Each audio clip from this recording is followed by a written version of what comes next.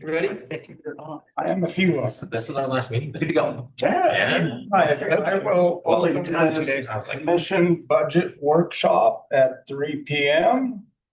on Tuesday, the 16th of December, 2025. President Commissioner Adler, Commissioner McCurdy, Commissioner Martinez, Commissioner McCandless, and myself, Commissioner Winfield, with Commissioner Hadeen out ill and Mary Potter, Commissioner McGann possibly zooming in at some point. And so we've also got our county attorney, Stephen Stocks, and Administrator Mark Tyner here with Quinn's help. And we've got our HR and our clerk auditor online, Dave Wojtek, with Chantel helping from the audience. So with that, I will say that I think Chantel is going to start off with a presentation. Unless, Gabe, there is something that you'd like to weigh in with first.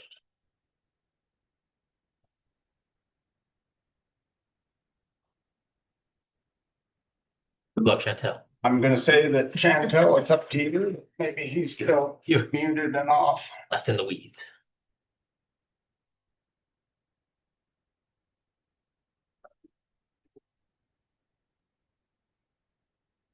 Second, I'm sending you guys the most current.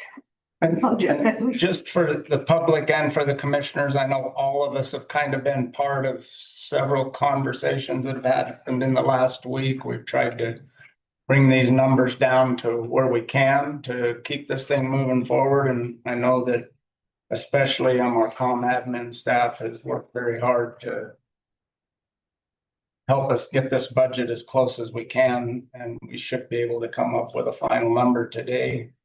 What we're gonna consider drawing out of our reserves to balance this budget. So Chantel, Right, as so you wish. Quinn, can you help me share this?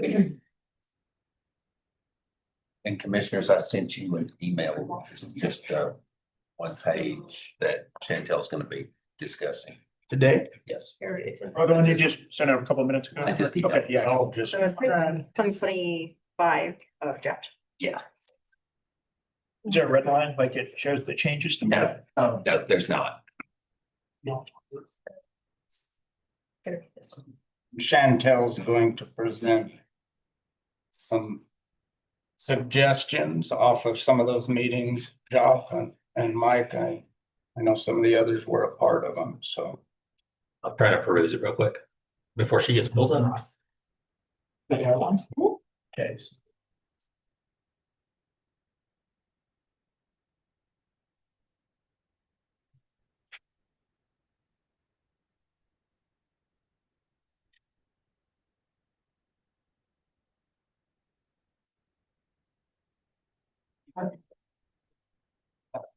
Oh, really? We can actually, Keep this moving. Oh, here we go. That's the right. No. Nope. band concert. What's that? Say it. No. Okay. So then down. what does your son play again, Mo? Trombone. Oh, he does, yeah. Hey, Yeah, trombone. Well, he plays the piano too at home and okay. Does he play jazz? All right, and we've had Commissioner McGann join us on Zoom, so thanks for joining us, Mary.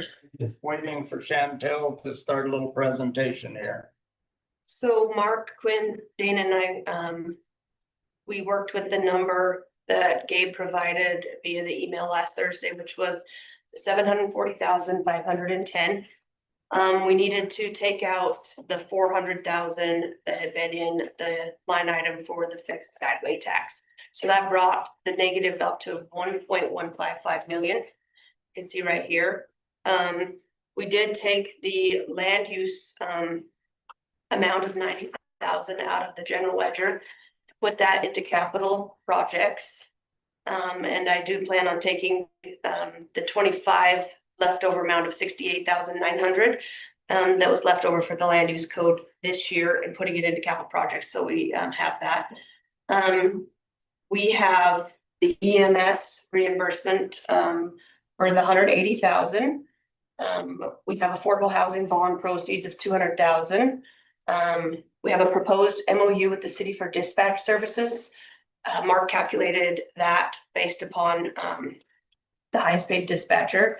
And then we have the EOAB, which we took in the budget, we had, 50,000 of that revenue. And we, moved that to the full 200,000. Could you explain that last one to, again, the EOAB? So the EOAB, as part of the, Just so people know that the GOEO grant money, that's Yeah. $200,000, we're allowed to keep that and fund our own economic diversification of the county versus spreading that around a little bit. Yeah. And so this year we'll have to keep it and fund Melissa's position with that. Okay, so we can keep it in the general fund to fund. Okay. And Thanks. then Jacques and the public too, just for a little bit on the one where she has the MOU for the city dispatch services. Gabe already had the old number, I think it was 86,000 and change in there, and then we added it up to what the highest paid dispatch service would be, so there's only a difference. But we still did get to move another 56,000 is what this number is. It's just the additional above what Gabe previously had added, so. And so then, number 3, we have listed the outside agency funding.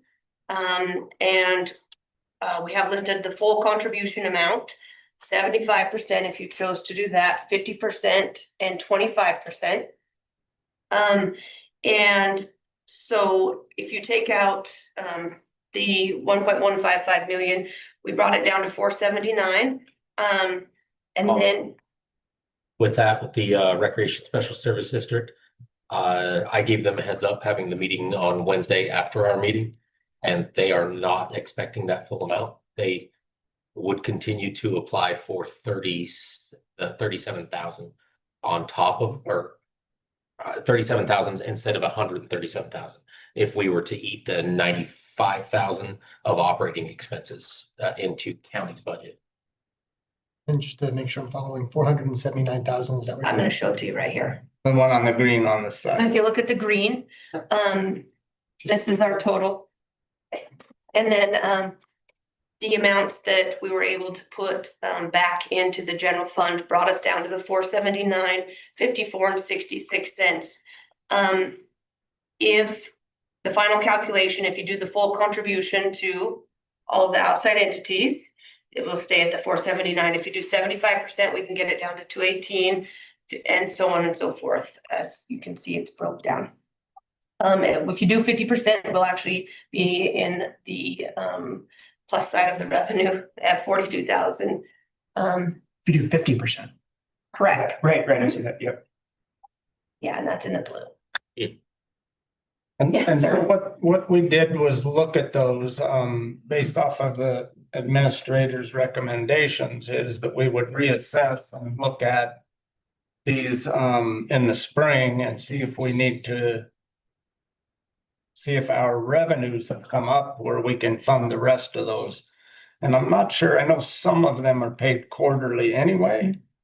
I don't know, but that's where we're going with this, is trying to just hold off making payments completely to those outside entities until we see some turnaround in our budget. Do we know which ones receive payments quarterly? 'Cause I know some of their budgets are dependent on. I'm sure. Gabe, can you answer that? Yeah,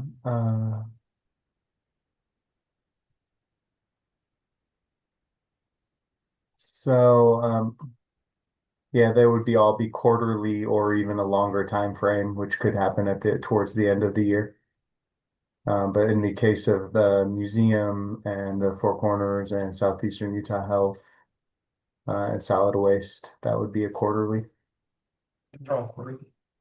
So if we say we decided to fund 75%, then we'd pay for the first 3 quarters and see where we're at for the last one, for example.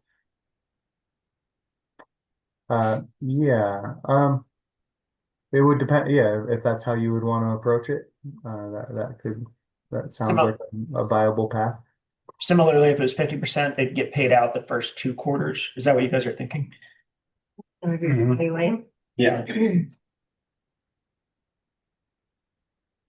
So they'd still receive their original.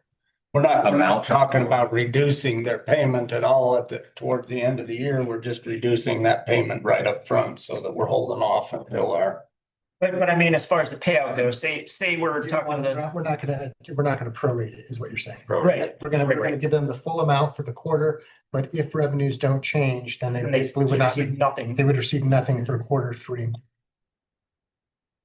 Honestly, I think I'd be more, are we discussing this now or? Unless there's more that you want to present. Not unless you guys have more I questions. do have one more question. Okay. Sorry, the 16,000 for the voluntary, that's not included in this, correct? For the voluntary, Work Labor reduction. reduction. no, Okay. cannot take that out of the budget, so it has to stay in. We won't know how much, you know, we can look at that after first quarter or second quarter, how many people are gonna participate in that program, but as of now, that can't take any type of funds out of the budget in lieu of that. Yeah, go ahead, John. I mean, as far as the, all right, the rest of the numbers, I'm fine with line item 2. Line item 3, as far as reducing outside agency funding, I'm very hesitant to do that. I appreciate that it's something to consider.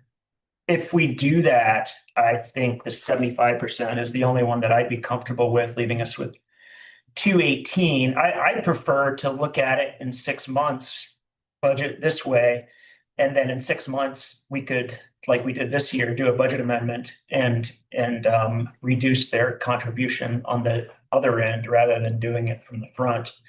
And with that in mind, if we know that that's going to happen, then maybe, just reduce those 2 payments. Because I know a lot of those agencies are quite dependent on our contribution and count on it. This way also they'd have a bit of a heads up. So again, I think the 75%, I prefer not to do it at all, but I think 75% is the one that would be palatable to me. I wouldn't support the 50 or the 25%.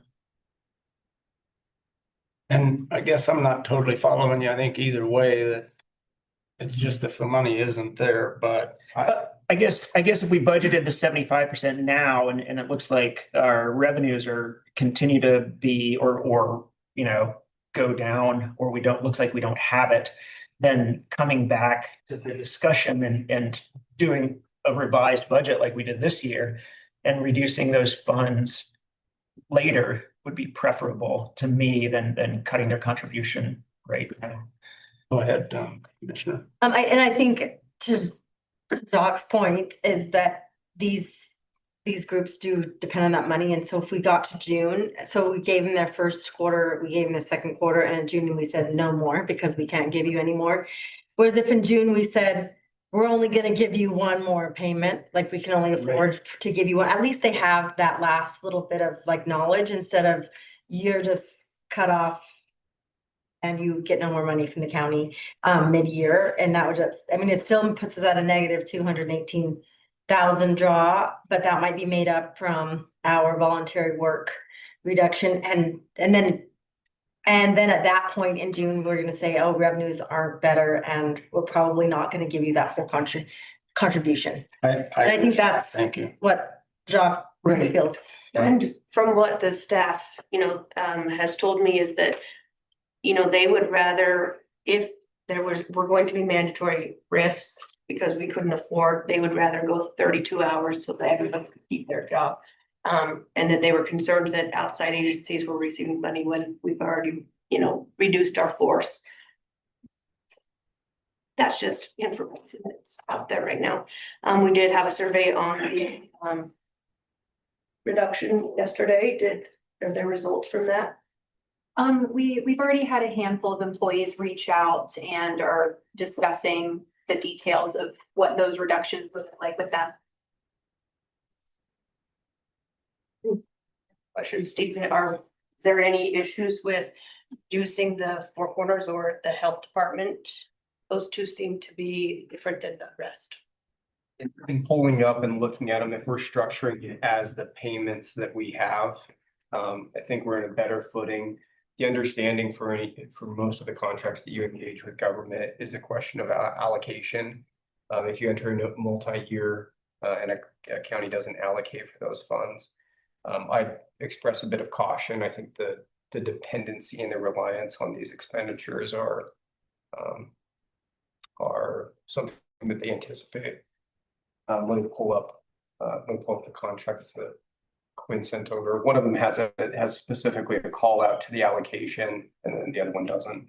But the county, the county commission can only bind within a certain period of time, and it's normally you're supposed to have an allocation clause within there, but some of these contracts did not have an allocation call out specifically. So if I get a second, I can pull those up.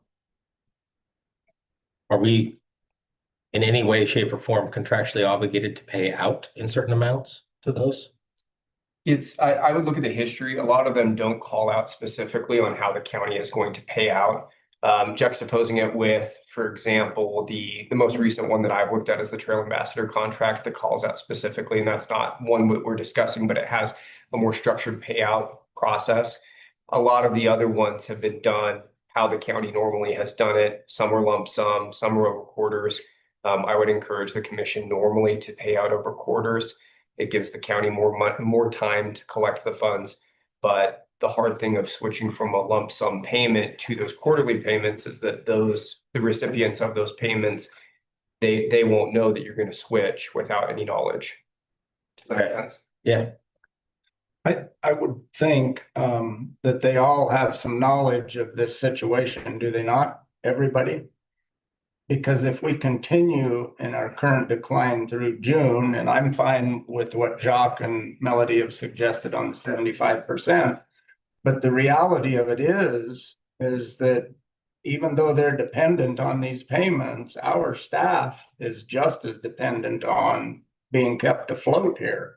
And if we're gonna cut staff and trim them back to 32 hours and not give them a COLA, and I mean, we go down that list, our outside entities have to realize they're faced with the same thing for them, that this is a countywide situation. It's not one little spot in the county here. We're talking the entire budget. So I would hope that they're taking notice of what's going on here. And if they aren't, then I would suggest that we probably need to make sure that they realize what's coming down in the future. So yes, Commissioner McCurdy, and then Martinez.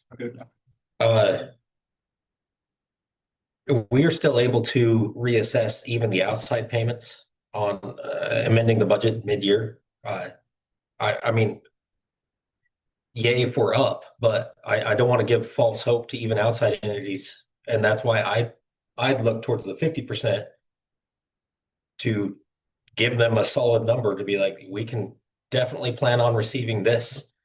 But we're not looking towards more at our current trajectory, because I feel that they understand, those outside departments understand what we're at right now, but it could get worse. Like a glass half full. I mean, I hope it doesn't get worse, but it could. So at least budgeting with the 50% puts us closer to a zero mark. Commissioner Martinez. Thank you, Chair. So just to kind of tally it up of what we're kind of looking at is, so we're basically going to be kicking the can down the road until July, checking in on revenues. And then we're going to be reevaluating contributions. We're going to be reevaluating COLA, and we're going to be reevaluating vacancies at that spot. So I just wanted to kind of really put the idea of the whole that we're looking at right now in June and July. And all of this right here that we've been talking about is on this idea that we're going to be seeing a rise in our sales tax, something that we haven't seen yet. I do think that we do need to prepare for the opportunity as well, that if we don't start seeing a rise in our sales tax revenues, right, that we're prepared to go ahead and make the RIFs that we're going to have to be making so that we can balance that budget come July. I think that's a reality that we might have to face if things don't turn around in the next couple of months. I would suggest as well that we start looking in. I know that we had a conversation with Julian at the audit committee and start maybe looking to put an RFP out for a performance audits. So that if we do end up in that situation in June or July, that we at least have some information on the best or the most efficient way to go after those cuts. So to the contracts that I reviewed, the contracts that were provided were the USU agreement, the USU grant for, I always forget the gentleman's name of the small business. Todd. That one doesn't specifically have a call out on an allocation for the county. The one that does is the Joint Mental Health Services and Abuse Services in recitals 2. It states within legislative appropriations and county matching funds. That's the call out. Our ICAs always have that call out on the allocations on the ability to pay for the services, but some of the other documents don't contain that clause specifically. So that's worth noting. Yes, Commissioner Hadler. Something else that I brought up last time, but we haven't talked about or considered is the Gabe sent out a couple weeks ago, or not that long ago, but the compensation underspend analysis. And every year we've always budgeted with the compensation underspend, which is basically spots that pop open throughout the year. And I know he put in the spreadsheet what the underspend has been. And if you look at the bottom line for the difference in the last he has the last 7 years going back to 2019. And if you average all that out, the underspend on staffing averaged out to 850,000. I know we've put numbers between probably, I don't know, I know we've budgeted for that the last 4 or 5 years that I've been on the commission, and they've been upwards of 800,000. But even if we budgeted $250,000, I think that's, looking at our history for the last 7 years, that's a pretty safe place to be. Stephen, County Attorney. Yeah, so on that, is that already allocated in with the spending freeze? So because if we don't, It's an interesting question. I see how that would affect it for sure. Yeah. It's probably with this hiring freeze in effect, the end result probably wouldn't be as dramatic as the 7-year average, although it does probably exist in some form or I another. agree, but there's no real world situation where we have no turnover over the year. I mean, people are going to quit somewhere within a large overall number of employees, and that underspend comes from the time it takes to fill those positions, and they're vacant sometimes for a long time, sometimes for a little bit of time, but every one of those adds up, and I think it's worth considering budgeting that at a small amount. I agree. I think the hiring freeze will impact that. I mean, it might cut it in half, might cut it down to a third, but this year, for example, was 907,000. Back in 2022, I think. Yeah, Gabe has it down as 1.5 million, 1.572. So it's not an insignificant number. So I think it's worth considering that to make up some of that. I think probably 200 to 300,000 is a sure thing on that. Commissioner Martinez. Just adding it up. So at the 75% right there, looks like, so you have 218,429. And then if we were to take that 16,000 per month estimate right there of the voluntary, that's about 192,000 right there at the end of the year. Yes, it's pretty close. I think that's pretty close for me right there. But I would like to say that I do think that we should also still consider budgeting for that performance audit as well. How much can you know about how much? Sorry. Performance audit. Can you clarify and define what you mean by performance audit, Commissioner Martinez? I think that's something that's been a bit of confusion amongst staff. So I think to clarify that terminology would be really helpful. Yeah, I think it would be an efficiency audit. So going through, seeing how the departments are running, seeing, where the efficiency lies at, what can make Grand County more efficient, or better spend our money as far as employees go and as far as systems go as well. So fleets, equipment, things like that. Commissioner, you're talking about an organizational assessment, basically. Yes, Is that Correct. Yeah, but rather than have it be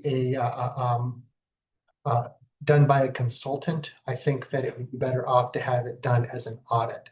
So the two differences is a consultation would just come in and basically evaluate the organization. An audit would then take that right there and then compare that to other organizations. I think that would be the additional step right there. I can look into that.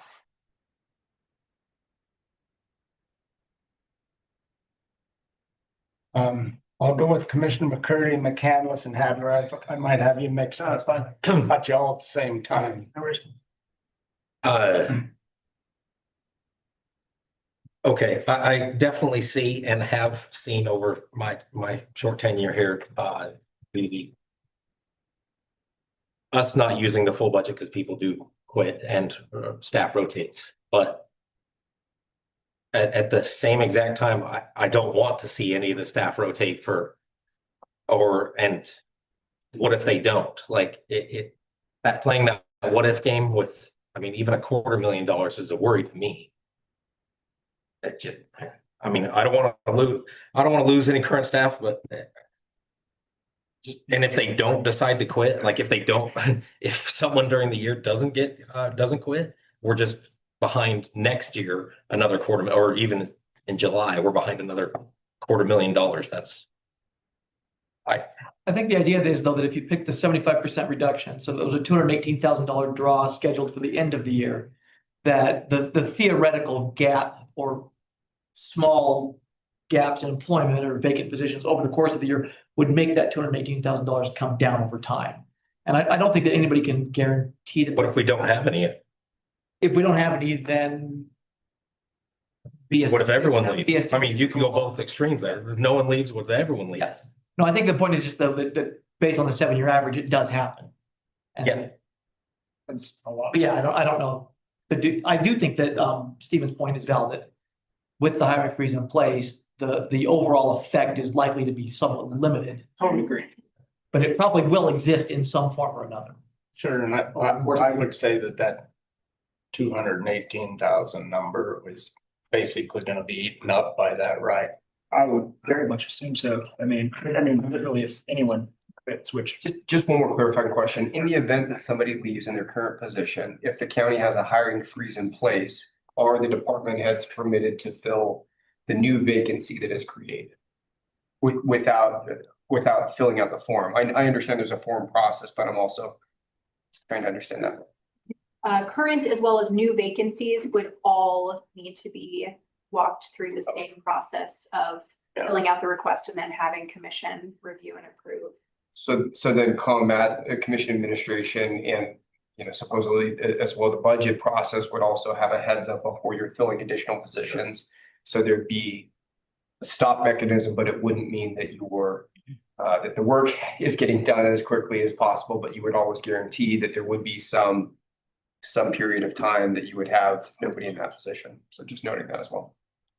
Commissioner McCandless and then Commissioner Hattie. Yeah, and with the hiring freeze, I would imagine that if someone did leave, that we would look at the other positions that are on freeze and maybe there might be a greater need. And so it would just, maybe that person would go, but then we would create, we'd have, our forms down and we'd be like, well, this position left, but this one has a greater need and we're gonna go ahead and hire this position. So I think it's just gonna be a wash as far as those vacant positions for this year. Because I know people want to hire people. I know that our departments want to have their staff in there. So I think that it will allow us to, if someone leaves, to say, well, which is the most needed position and hire that. And it might take a while to hire that would be that gap. And then the other thing is I wanted to see if we could ask our new internal auditor, Mark, if they do They do. performance audit, so we could reach out to them as well so that we could bring that in next month at our meeting and discuss what Tess finds out, what you find out. And I would agree with Mark, not to cut in on you, Jacques, but organizational assessment, I think that looks at the whole picture. It's not like we're honing in on staff and we want to know how many breaks Chantel took last week type of thing. I think we want to be careful that we're not sending out the signal that we're diving right into individuals here, that we're just trying to look across the board. So I apologize, Jacques, for taking No worries. space. But I mean, no matter what, like Melanie said, there are, even if we will, I agree that we'll have to prioritize some position comes open. It's not as important as one that's been open for 5 months. We should prioritize the more important one. But we're not going to hire for it right away. And there's always going to be gaps. Sometimes there are going to be large gaps. There's going to be money on the table. Like there can't not be. I mean, there's been. And there's also mandatory positions that if. Right, that we have to hire. fill immediately. So there's money there. And then as far as another audit goes, I mean, I think that's another thing to talk about. Our internal audit costs went up from 10,000 to 40,000 this year, and that doesn't even include the price that we pay for Karen with, was it Forbes? What's the company that she? Forbes. Right. And that's another considerable expense. I'd be willing to look at that again, maybe in July if necessary, but I'm definitely not in favor of putting another line item in the budget at this point, especially for an audit. Bill, I don't know if you've noticed, but I've had my hand raised. Boy, I can't even see it from here. I apologize, Mary, but yes, go ahead. Yes, I agree with Jock that I don't want to add anything to the budget at this point. I mean, I really see the value of doing an organizational audit or such, but this is not the time to add anything new to the budget. And that I also think that in response to Mike's statement that we don't know what's going to happen. Well, in the budgeting process, the whole process is we don't know. I mean, we take the averages, we try to forecast, we do the best we can to determine how our sales tax is going to be, how our TRT, all of that type of stuff. And what Jacques is referring to, that historically we've always had money left over from not being able to fill positions. So I think we're pretty safe on continuing that because it's been pretty much my entire tenure here that we have not spent all the money on the staff because of vacancies. Is that clear? Yes, thank you. You're welcome.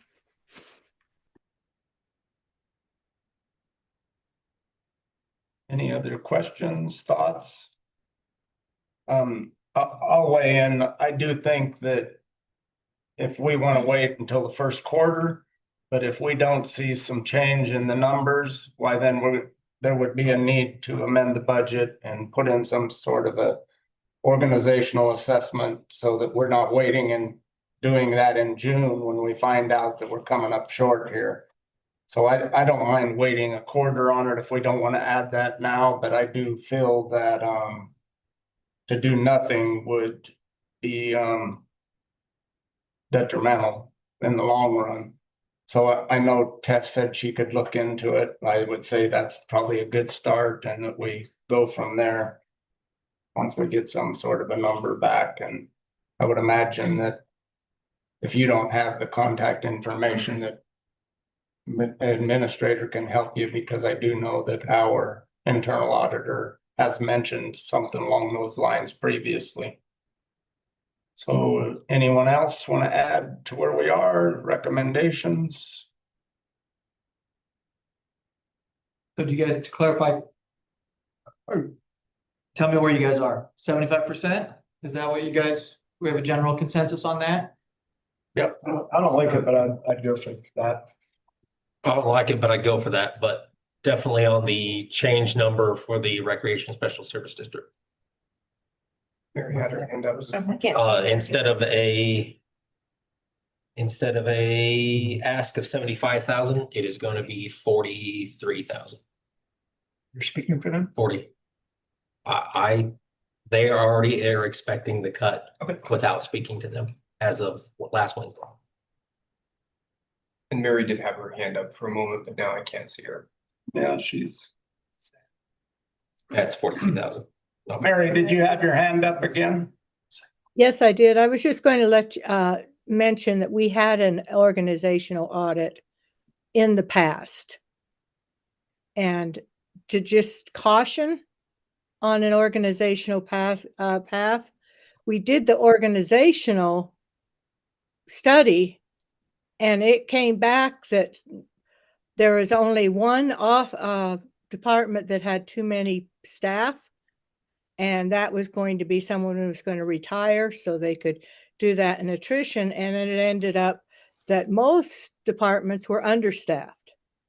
So if we do an organizational audit, just be cautious that it might come out and we spend all that money And it doesn't help us determine who to RIF because we find out many departments need more staff rather than less, and the organization, so the audits don't always help you as much as you hope. Well, and I've read that audit through many different times, and it was done in a different light entirely. It was done with the hopes of a new building and how we could go through and what office spaces were needed in the future, and it wasn't really done with the idea that our budget was running in a deficit. So I agree that we want to be careful with it, Mary, for sure, but I also want to be careful that we don't dig ourselves into a deeper hole here. Yeah, but those were some part of it, but we were also at that time looking to see if we could reduce expenses. All right, do we have anything else? Gabe, do you have what you need? Can you, or in the past, what's your plan, Gabe? What do you want us to do? Well, I'm just going ahead and, I'm pretty close to inputting all of these 75% numbers and all of the other updates that I have at the moment. And should be only a matter of minutes away from a sort of an updated bottom line draw from the reserves. Other than that, yeah, it seems pretty straightforward at this point. I do have one question, Gabe, and then Jacques got a question, but will those numbers be made live into what's in our current agenda so that the public has access when we vote on this budget tonight? Yep, easily. Okay, thank you. I just want to make sure that they have the numbers that we're voting on. Jacques, I just want to make sure with the 75% that we give each one of those entities a full heads up on that, and that what we're going to give them, and also that to make sure that we do revisit it in July when we can look at our income before. I'd love it if Mark could get something down to make sure that that doesn't slip away and we end up not being able to contribute to them in the fourth quarter. So just to follow up on that conversation and to give all those entities a very clear idea of where we're at.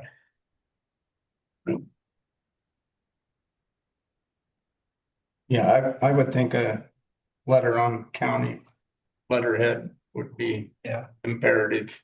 And of course, a reminder to revisit that. And did we have anything that you were going to present, Tess? Was there anything else? I was just going to very briefly go over the pay plan and holiday changes, if that's all right with you. Yeah, all. I'm sure it's all straightforward and transparent. Thank you all. It'll be very good.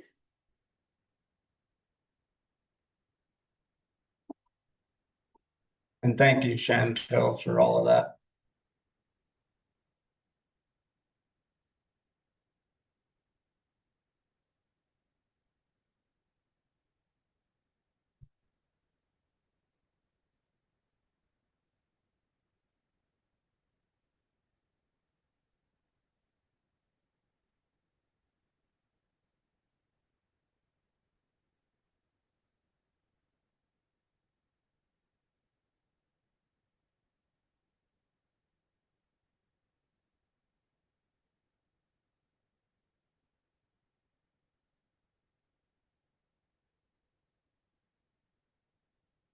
Okay, great.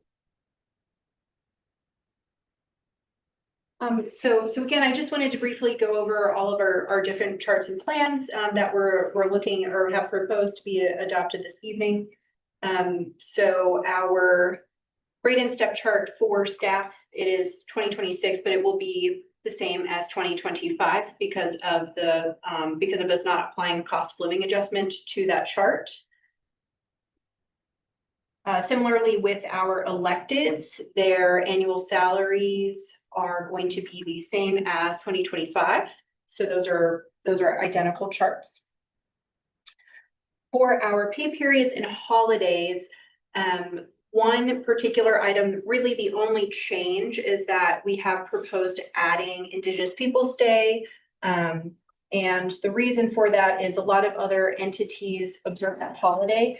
A lot of our staff are often asking if they can switch one of our other paid holidays to that day. And so particularly in light of the fact that for some of our staff, it's a priority for them to have this day off. It can be a little bit more difficult for us to conduct business.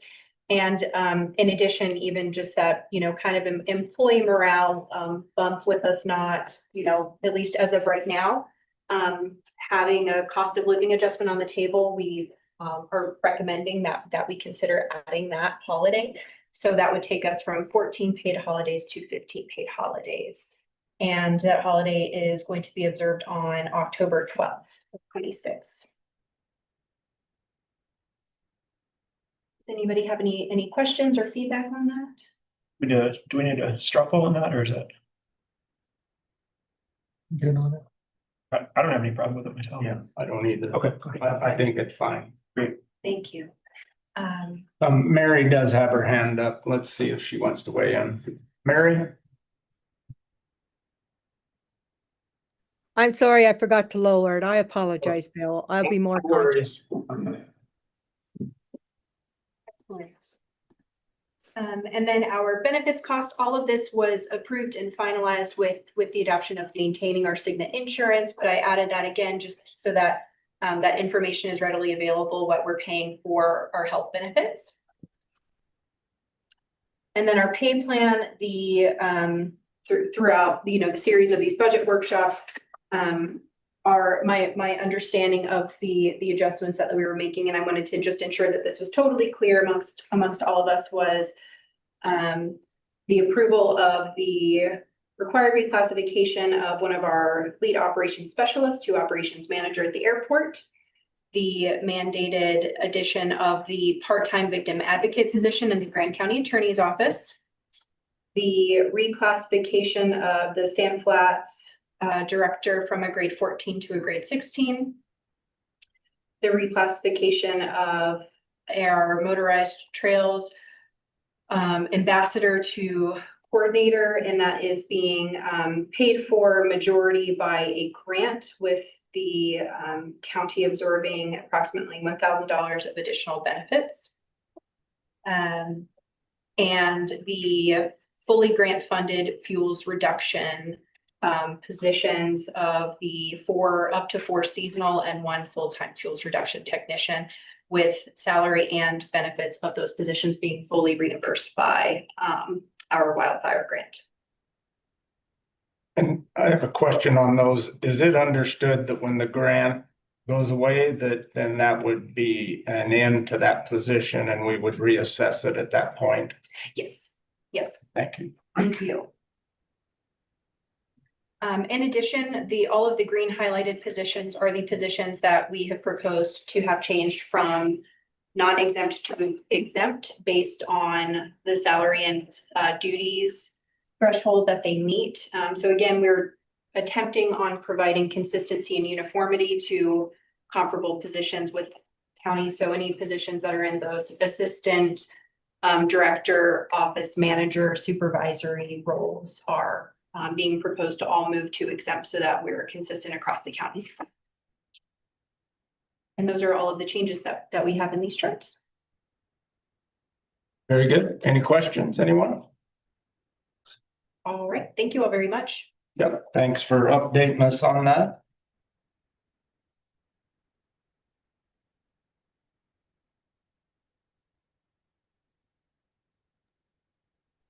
Okay, so I'm currently showing with all of the updates discussed in the screen that y'all are working with, and then the 75% contributions. I'm showing ultimately a draw from the reserves of 345,824.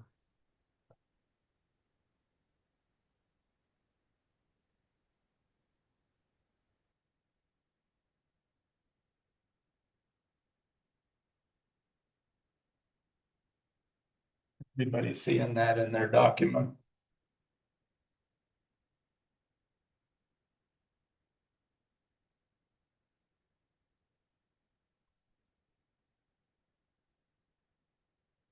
Questions, thoughts? Apparently, that's what we would be voting on. What happened to the 218? We're missing. Commissioner Martinez is asking, we were at 218. Gabe, do you know where that difference comes in?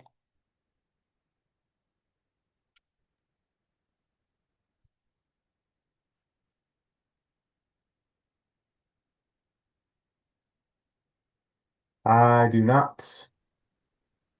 The 218 numbers on the sheet that Mark emailed us with the 75% contribution, Mhm. bottom of that blue section.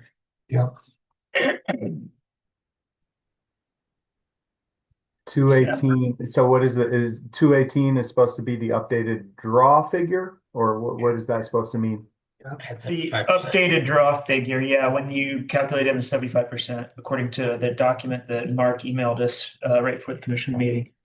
Well, Taking into account all the other increased revenue estimates. 218, 429, 66 cents. And that also had several line items in it, Gabe. So that might include. I'm wondering if those it's number 2. Did you get that? Did you send that document to Gabe also, Mark? Yes, I did. I feel a lot better about my numbers, is all I'll say. I'll stand by my numbers any day. Yeah, because what I sent was just a summary. It wasn't all inclusive. It gives an idea. I think on the spreadsheet that I had, Four Corners and the health department were included with all of those. And I think they have been fully funded in Okay. engaged. So that would be, the difference was about 220,000, is that right? 222,000. Or no, 122,000. Yeah, 100. Yeah, 100. 127,000. Commissioner McCandless. Gabe, I was just looking at the economic, grant, and it says 150, and I think we were taking that up to 200. Is that? There was already 50 in the original budget. But it only says 150 in the proposed budget, which it should say 200,000 now, right? It says like- we've got 200,000 in revenue and we've got 150 in expense. And so that 50 in excess revenue is worked into the economic development director's compensation. So that's how that one works. There's a revenue line at 1033.39. And then there's a non-departmental expense at 1041.50.300 that shows those two lines. Okay. And the difference in the Four Corners in the southeast between the 75 and 100 looks like it's about 57, 56.25. You guys have listed in there 75%. It shows listed. It does in the budget. It shows listed as 75%.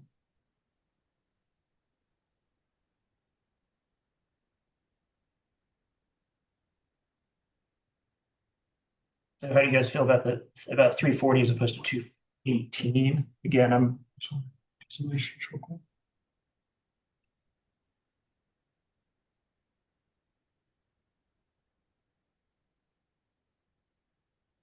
I still think we're going to make up quite a bit on the voluntary reduction as well as the salary gaps, but that's just me.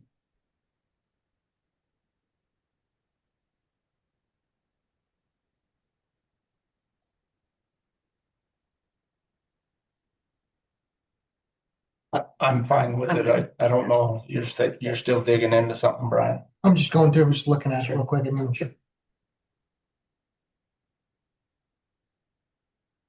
the city dispatch, that was fixed in there as well. Yes. I just haven't seen it. Yes, sir. Thank you, Gabe.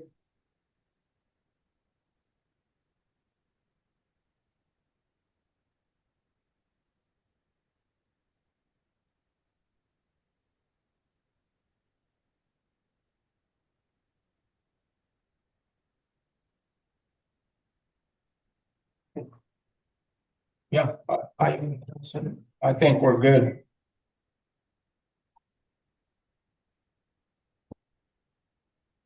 So again, Gabe, the only thing I would want to make sure is that the public sees what we're voting on later.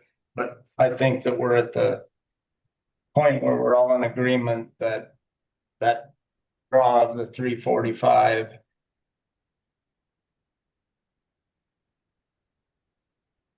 Do you have anything else you want to add?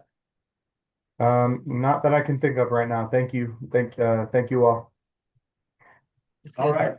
With that, I believe we will take a short recess and open the full commission meeting at 4 p.m.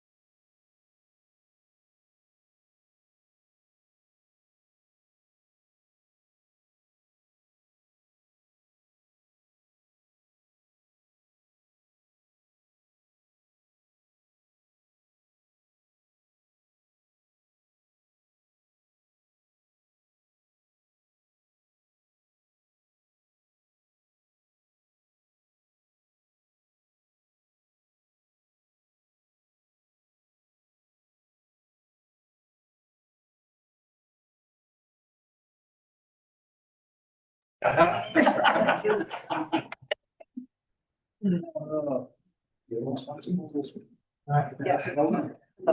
right, I will open this commission meeting December 16th, 2025 at 4 p.m.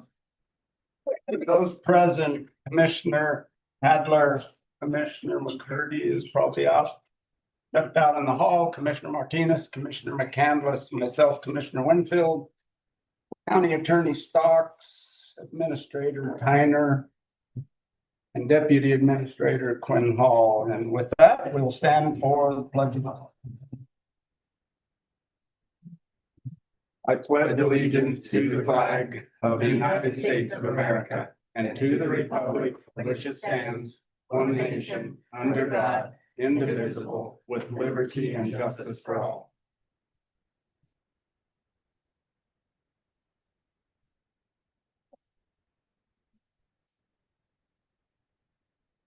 All right, we will start off with our citizens to be heard. And I would like to ask that as our citizens to be heard come up here, that we do our best to respect the commissioners up here, that we try and keep our comments on a very generic, without pointing fingers and calling out commissioners any more than is actually necessary. I understand that many of you have frustrations with different ones of us at different times, but this is also an opportunity to possibly impress some people with your manners. I will say that we had a citizen at the last meeting, at the end of the meeting, that was dropping F-bombs, and I will ask that they be removed from the chambers if that goes on at this meeting. So I would hope that we can do our best to show respect. And with that, I'll open citizens to be heard. Do we have anyone in the chambers? We do. Mr. Jackson, please introduce yourself. We have 3 minutes and. Wait till I start, Stephen. Okay, ready? They said go. Thanks for the opportunity you guys give citizens. So I just wanted to address sort of the budget and the tax issue you guys are going to be looking at tonight. For the record, please introduce. I'm sorry, I forgot. Lynn Jackson. And I don't think people will give you much argument on a need for a new public safety facility. You're not going to get a much need for much of an argument for a new administrative building. I mean, we outgrew this place 20 years ago. But the question is how we go about it, how we fund that. To throw out a proposal for a tax, which is just kind of nebulous. Like, well, we're running short of revenue, so if we do this, the legislature gives us this opportunity for a 0.3% tax, let's take it, and then we'll spend it somehow. It'll be good. Just doesn't work nowadays. When I'm not telling you guys anything new, you know, we're on a declining revenue stream right now and have been for a while. So if we want to look forward, we need to look forward strategically and think, number one, what would a new facility look like? Just on the cost of public buildings nowadays. They build a new one in Carbon County, just an administrative building, 10 years ago, it's $30 million. Our schools around here now are costing $30 million. You add inflation in and you add all the bells and whistles that go with a jail. I can't believe you could possibly build one for less than $60 million. So you're talking about a huge frame of money, and you've got to have a plan to move towards that. And so I would ask you not to vote to implement that tax until there's a better idea to present a plan. I think a big thing that this county, every citizen in this county would be in favor of is some kind of a task force looking at a combined county sheriff, city police. We're a unique county, one kind of city in the entire county, yet we're having two big, huge police departments or law enforcement, both good.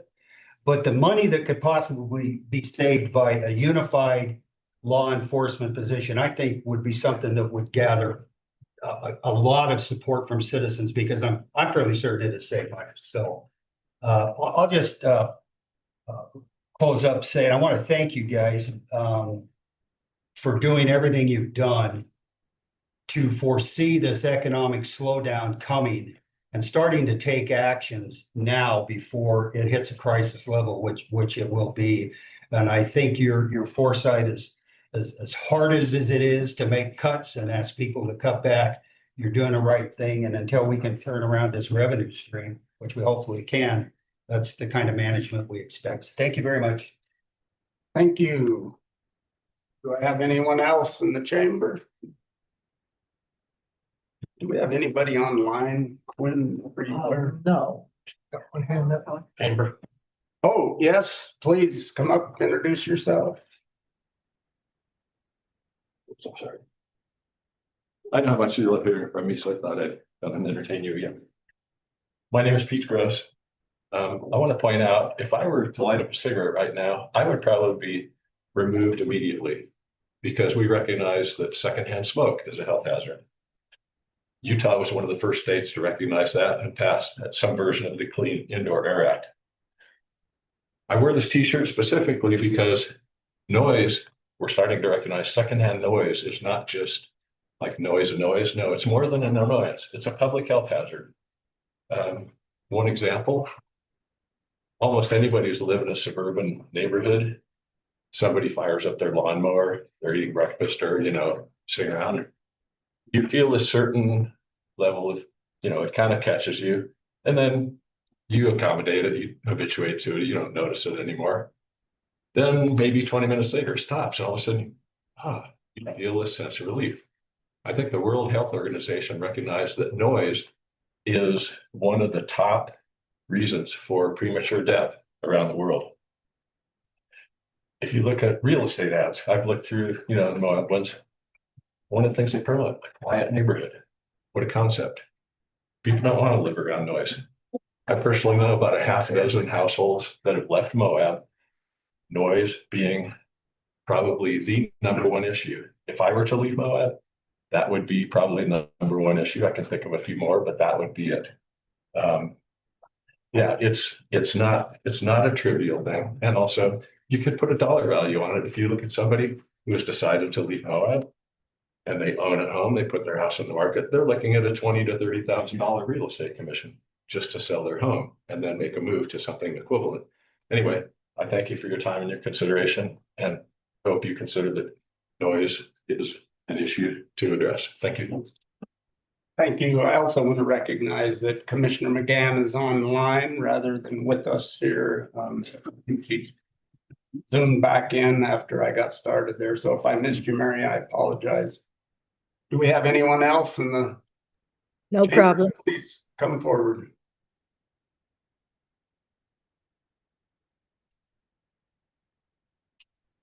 My name is Allison Mathis. I'm a resident of Brown County, and I'm going to continue my efforts for accountability.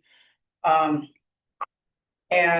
also think that, and at least compared to some issues, residents, members of the public are not being respected by some members of the Brown County Commission. First off, last week or 2 weeks ago, I started off by saying that I had put in a request for information about the preparation of the so-called ACE plan and that we had not gotten a response. Mr. Stocks made a point of coming out to me and telling me about the legal process, which I knew about. But one of my points to him was that you don't have to be compelled legally to do something. There was an email exchange in which Mr. Stocks followed up by saying regarding when they should or should not release documents is a political question. And what Mr. Stocks basically did was basically reiterate the point that I was making. My concern is not what is legally compelled or not, but what they can and should. There is nothing, has not ever been anything that prevents Mr. Martinez and the rest of the commission to releasing the documents that myself and another member of community member here in Greene County that has requested. So the inference from the lack of release of documents, you can make a logical inference on that is that they don't want the documents to be produced, and also that the commissioner in question, and I will name him because it's a small group, doesn't think he's answerable to the citizens of the county, and I believe he acts that way. Another point is, the more you look at that ACE plan, the worse it looks, not only the process of it being hidden from people, but the actual contents therein. One of the things that throughout that plan is that it acts as if the National Park Service hasn't done any planning since 1989, which is false, period. Also, I'm going to quote from the text that goes below figure 8-2. It says in part, public opinion favors infrastructure and mobility improvements that increase managed access rather than limit entry, end quote. So this text was right below a table that was from I believe, a 2021 National Park Service plan. And it has things broken out between strongly support and support. So strongly support or support expand parking areas, 53%. Strongly support or support implementing time density, 59%. That is higher than what the ACE plan indicates. Strongly support or support expand trail network, that is higher, 65%. Another thing that's problematic about the ACE plan, it talks about all these things and acts like they were never considered. But if you go back to older documents from the National Park Service, it indicates that they had considered and rejected things like more parking lot shuttles, a second entrance, and so on. I have a lot more, but I'm gonna leave this with this. If Mr. Martinez and the rest of the commission is concerned about tourism being driven to Grand County and the impact of timed entry, how about being concerned about the extra fees the Trump administration is putting onto the entry into national parks? It's going to go up to $250. It's making harder for folks on tourists to come in here. And some parks, not us, but our neighbors like Grand Canyon, Bryson, Zion will have an extra $100 person per head. People I talk to in the Park Service don't know how that's going to be implemented yet, but it could be potentially $5,000 per park of cost per tour bus. And many of those tour buses that come to those parks come to Grant County. And my bet is because the tour companies can't handle $15,000 more expenses, they're not coming. So you're going to hurt international tourism. Again, I have a lot more. You'll get some more written comments. Thank you for your time. Thank you. Do we have anybody else? Yes, please.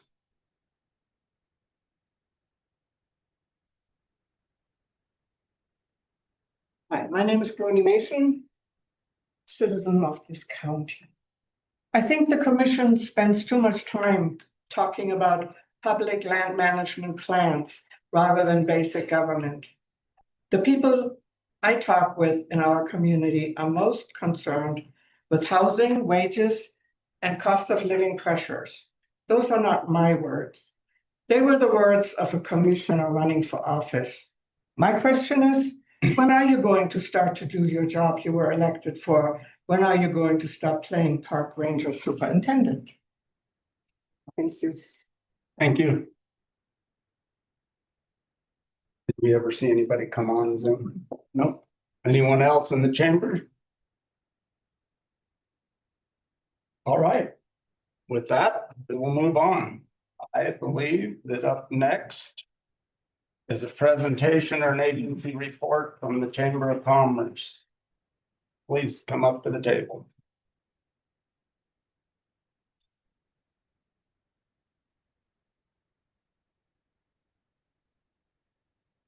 Hello, my name is Cora Phillips and I serve as the Executive Director for the Moab Chamber of Commerce.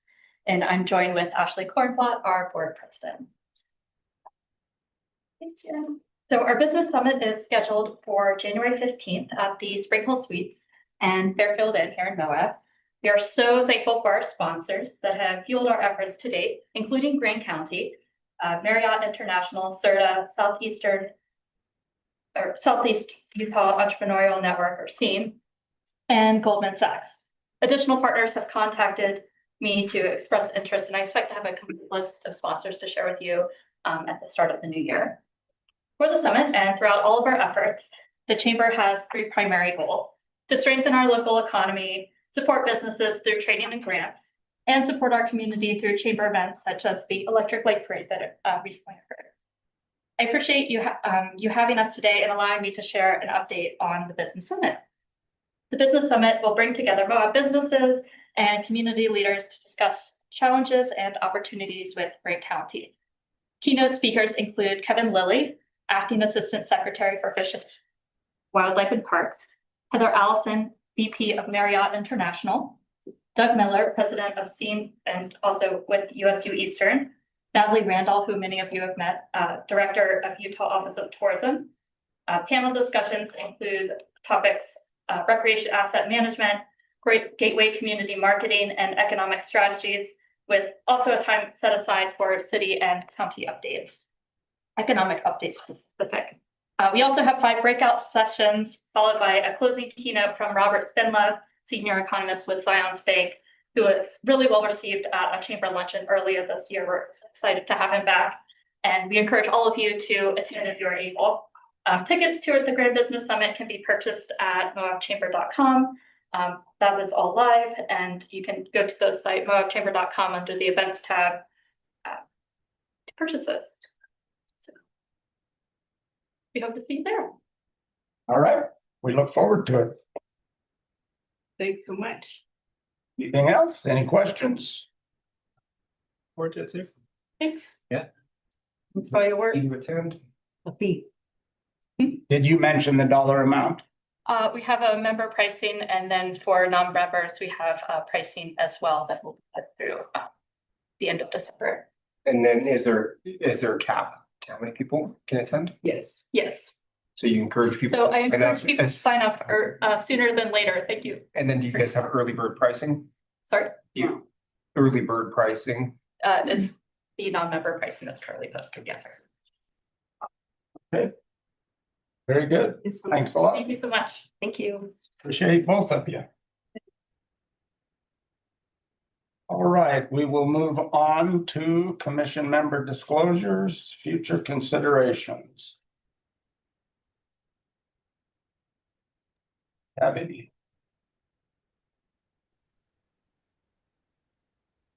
No, I'd just like to provide a little gratitude for some of our staff here. Allison Hartford, Melissa Jeffers, and our maintenance staff that have kind of helped out with the Christmas lights. They've all done an incredible job, and they put on a nice little party there for the lighting of the bridge. So I just wanted to recognize them. Thank you, Brian. Yes, Commissioner. Added to my list now. Disclosing, my wife works for the Sheriff's Department. And second, I would love to, the lighting of the bridge was awesome. It was well received by the community. I know there was many in attendance, but I continue to hear about it even right now, into the next few weeks after. People love the trees. Yes, Commissioner McGann. Yes, as usual, I'm disclosing that my son works for Sand Flats because we're voting on the budget tonight. And yes, I've heard wonderful things about the lighting too as well. So thank you. Yeah, the lighting, the parade, all of it, an opportunity to be a kid again, I think. All right. If there's nothing else, we will move on to the approval of our consent agenda items. And we do not have the meeting minutes loaded up yet from the multiple budget workshops that we went through, so I will move on to the ratification of payment of bills. We have a total bills of $1,855,699.64. with a total payroll of $616,280.09, totaling both bills and payroll at $2,471,979.73. We have ratification of a letter of support for CERTA to secure funding through the Brownfields Coalition. We have the 2025 fraud risk assessment. E is an appointment to the Thompson Springs Special Service District Board. F, appointment applicant to Transportation Special Service District Board.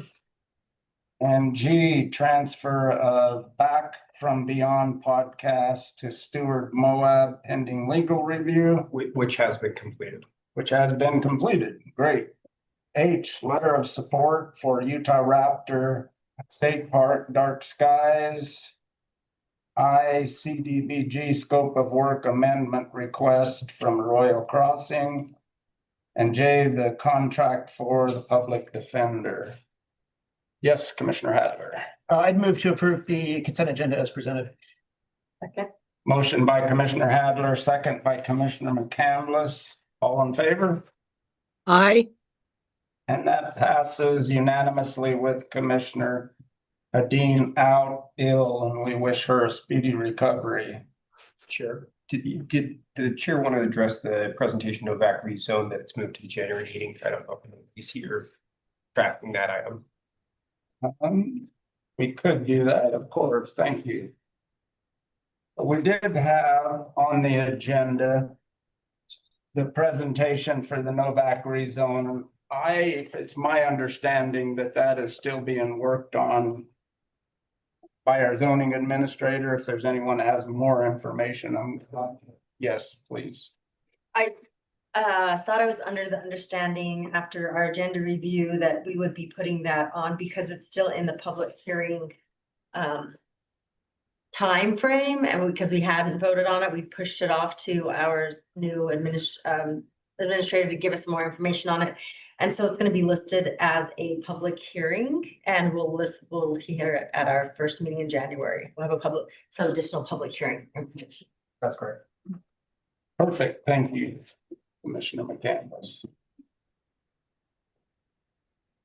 And with that, we can move into item number 6, the fixed guideway tax.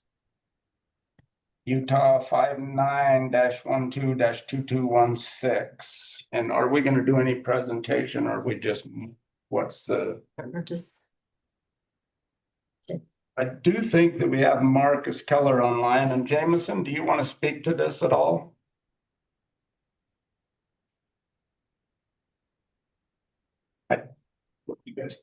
I'm totally fine with it. So what do we want to do with this?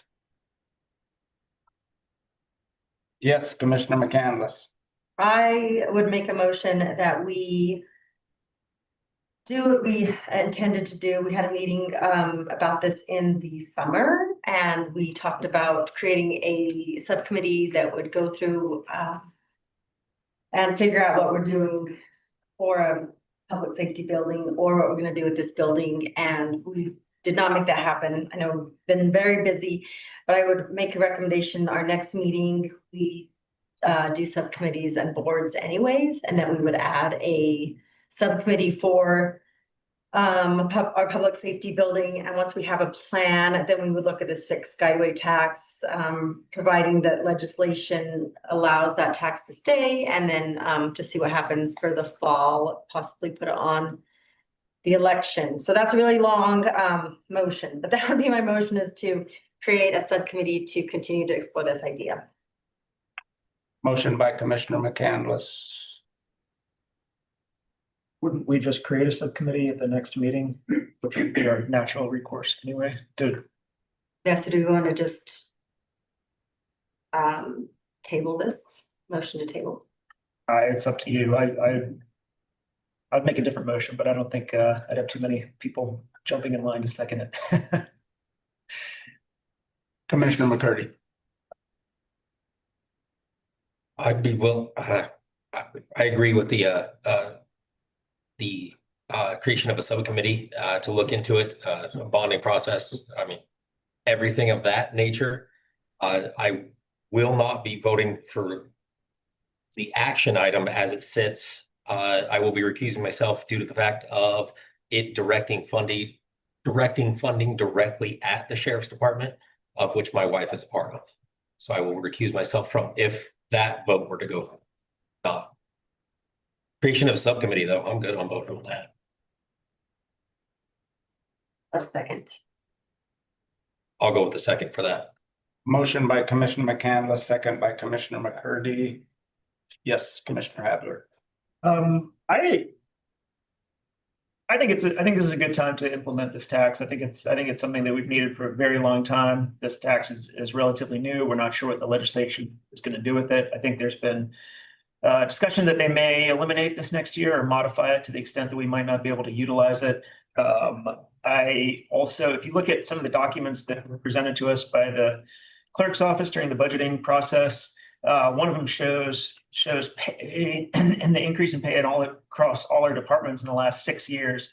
And literally almost half of the salaries in the county are amongst the sheriff's office and the jail combined. And I don't necessarily think that's that just is what it is. And part of that reason is because we have so much tourism here. This tax puts about 70% of the onus on tourists instead of locals. I think the reason that we have such a large sheriff's office mostly is dealing with very inflated population increases during busy weeks during the tourist season, which is getting longer and longer. So putting more of that burden on tourists makes sense to me. I totally agree with creating a subcommittee to look at this. I think we can put the tax in now and create all the opportunities we need to do this the right way and bond for a new building and get that going. I think we'd have a year to do it before the election. And I think that in that year we can put $2 million in the bank as a result of this tax, most of which would be on tourism. I think that'd be, it would give us a great head start on getting that public safety building going, as well as supporting our public safety in the sheriff's department. So I'm entirely in favor of it. And I'm certainly in favor of a subcommittee. I'd be happy to participate personally or support them in any way that I could. And I think we're losing a golden opportunity right now if we don't vote for this. Commissioner McGann. Yes, thank you for calling on me, Bill. I think our citizens passed that tax, that sales tax, and this is incredibly similar to the one we passed, but now it's adding, it's going to really help our sheriff and our department, which is also a section that can be used as mitigation from TRT. And that, they voted 3-1 on that. I mean, we had it was, I was so pleased and so happy to see the outpour of our community's support of our emergency responders and our sheriff's department, our emergency responders. I think that our citizens would very much be in favor and okay with this, because once again, it's similar and it would put the burden on the tourists and the people that come in here that are creating the reason that our sheriff's department is so has so much more pressure on it than any other town of this nature or our county of this size, referring to population, not area. So, and as Jacques said, the sooner we start saving for this, the better we're off, the less we're going to have to borrow. And I don't think, I know there's been commissioners who have been pressured by some people not to vote for it. And we've heard, but I believe that the vote that came out of our last election is the best endorsement we could have. And to not vote for this at this time just means that we're going to miss out on monies that could be put in the bank and be saving towards what we're going to eventually have to do anyway. So I am in total support of this tax, and I would offer a substitute motion that we pass this tax. All right, I have a substitute motion by Commissioner McGann. I'd second that. Second by Commissioner Hadley. Further discussion? Commissioner Martinez and then Commissioner McCurdy. Chair. The way that we passed the last tax is the right way to do it. I think I mentioned this when we brought this tax up when Marcus Keller was here. The sheriff in front of us. If we wanted to put this tax, we should have put it in front of the voters. And then if it would have come back 3-1, I think that that would have been the way to do it. We still have that opportunity next year, and maybe that's something that the subcommittee can explore, is putting that together and then running a campaign and going out and figuring out how to do this the right way. I mean, I just had someone come up here and say that I am not doing what I said that I was going to do. And what I said I was going to do is I was going to look out for affordability. And the number one way that we can protect people from affordability is not levying taxes on them. So I will not be voting for this motion. Thanks. Commissioner McCurdy. Wouldn't we want the application of another tax put to the taxpayer's decision, not just a no plan decision today? I'd like to add also, just for correction, Mary, the vote was 2,479 to 1,241, which is actually a 2-to-1 margin, not a 3-to-1. You're right, Bill. I apologize. I didn't mean to do that. Yeah, no worries. Commissioner McCandless. Marcus, since you're online, I just want to ask you a question. I want to verify that, I know I've spoken with you a couple times about this tax and had it explained to me. And I do want to reiterate that there's a need for the public safety building and for renovations to this building. So the need is there. The tax is the hard part to put a tax in place. And currently, the way that legislation writes is that the commission can vote to put this tax in effect. And the concern is that legislature might take that commission decision away and make us go to the public. Is that correct? They're not going to take the tax away, that we wouldn't be able to put it forth to the voters. Is that correct? Parts of it are correct. I think other parts of it are, it's hard to speculate what exactly is going to happen in the legislature. We do know that, they have looked at it a lot. We have heard different rumblings, as you mentioned. Are they going to change it, modify it, take it away? Certain counties that have already implemented it have already issued bonds against it. So I think it would be hard to take it away from ones that are currently financing their current capital needs and projects for it. I will just say that, it's hard to say what exactly the legislature is going to do, but to give you just a little tidbit of the history behind it, it was by design to make this an act or ability of a commission or council in order to adopt this. And that's because public safety is always something that's been underfunded in many cases. And it's something that people have a hard time wanting to increase property taxes for, because, as soon as you get a ticket, you're not necessarily ever going to want to increase property taxes for that type, even though we know the services provided by public safety extends to much more than that. But I will just say that, a lot of what I've heard, just to be, again, just reiterate a few high points that I think might be helpful, is that this tax does not get applied to gas. It does not get applied to unprepared foods, which again, kind of may help some with the affordability of your residents.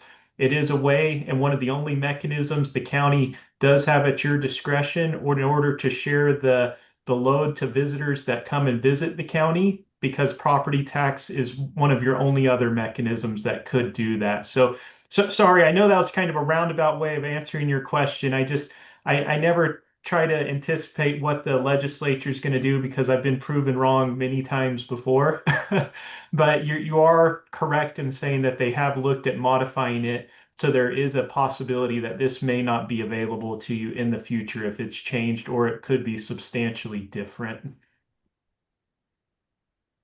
And one other thing I did want to add, even if the county were to adopt this today, you have about 4 months before you would actually see the full revenues coming in from that, just because of how long it takes to start collecting on it. So if the county did decide to move and have this go out to vote next year, then it would still, you wouldn't be receiving anything until probably Q2 of 2027. Okay, Commissioner McGann? Yes, I thank you, Marcus. I agree with Marcus. I think that we're really taking a chance by not implementing this at this time. Because we don't know. I mean, it's it's a roll of the dice with our legislators. I mean, they're dedicated people, but we don't know what's going to happen.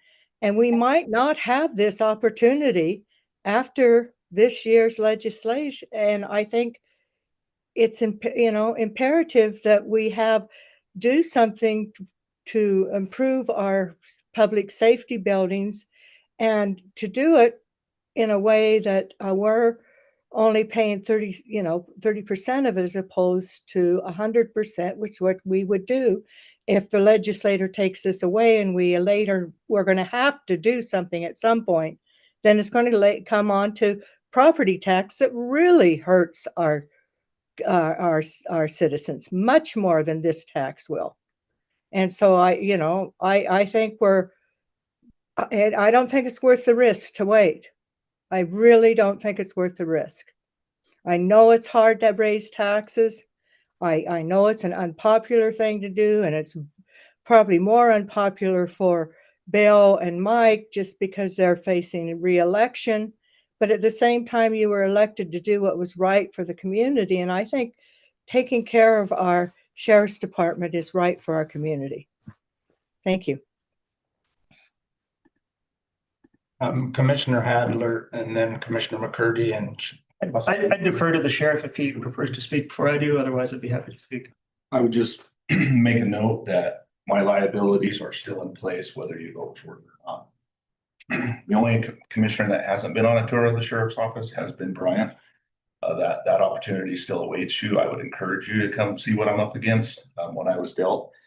And so if you guys don't pass it, I still have the same liabilities that I'm facing openly in a lawsuit right now. Because of some of my issues, I anticipate there will probably be more. And so when I presented some of my issues, the commission said, hey, come up with an idea of how to fix that. This is one of the ideas. My liability issues won't be going away anytime soon.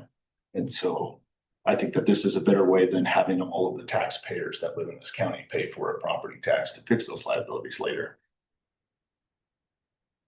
Thanks, James. Commissioner Hadler. Thank you, Bill.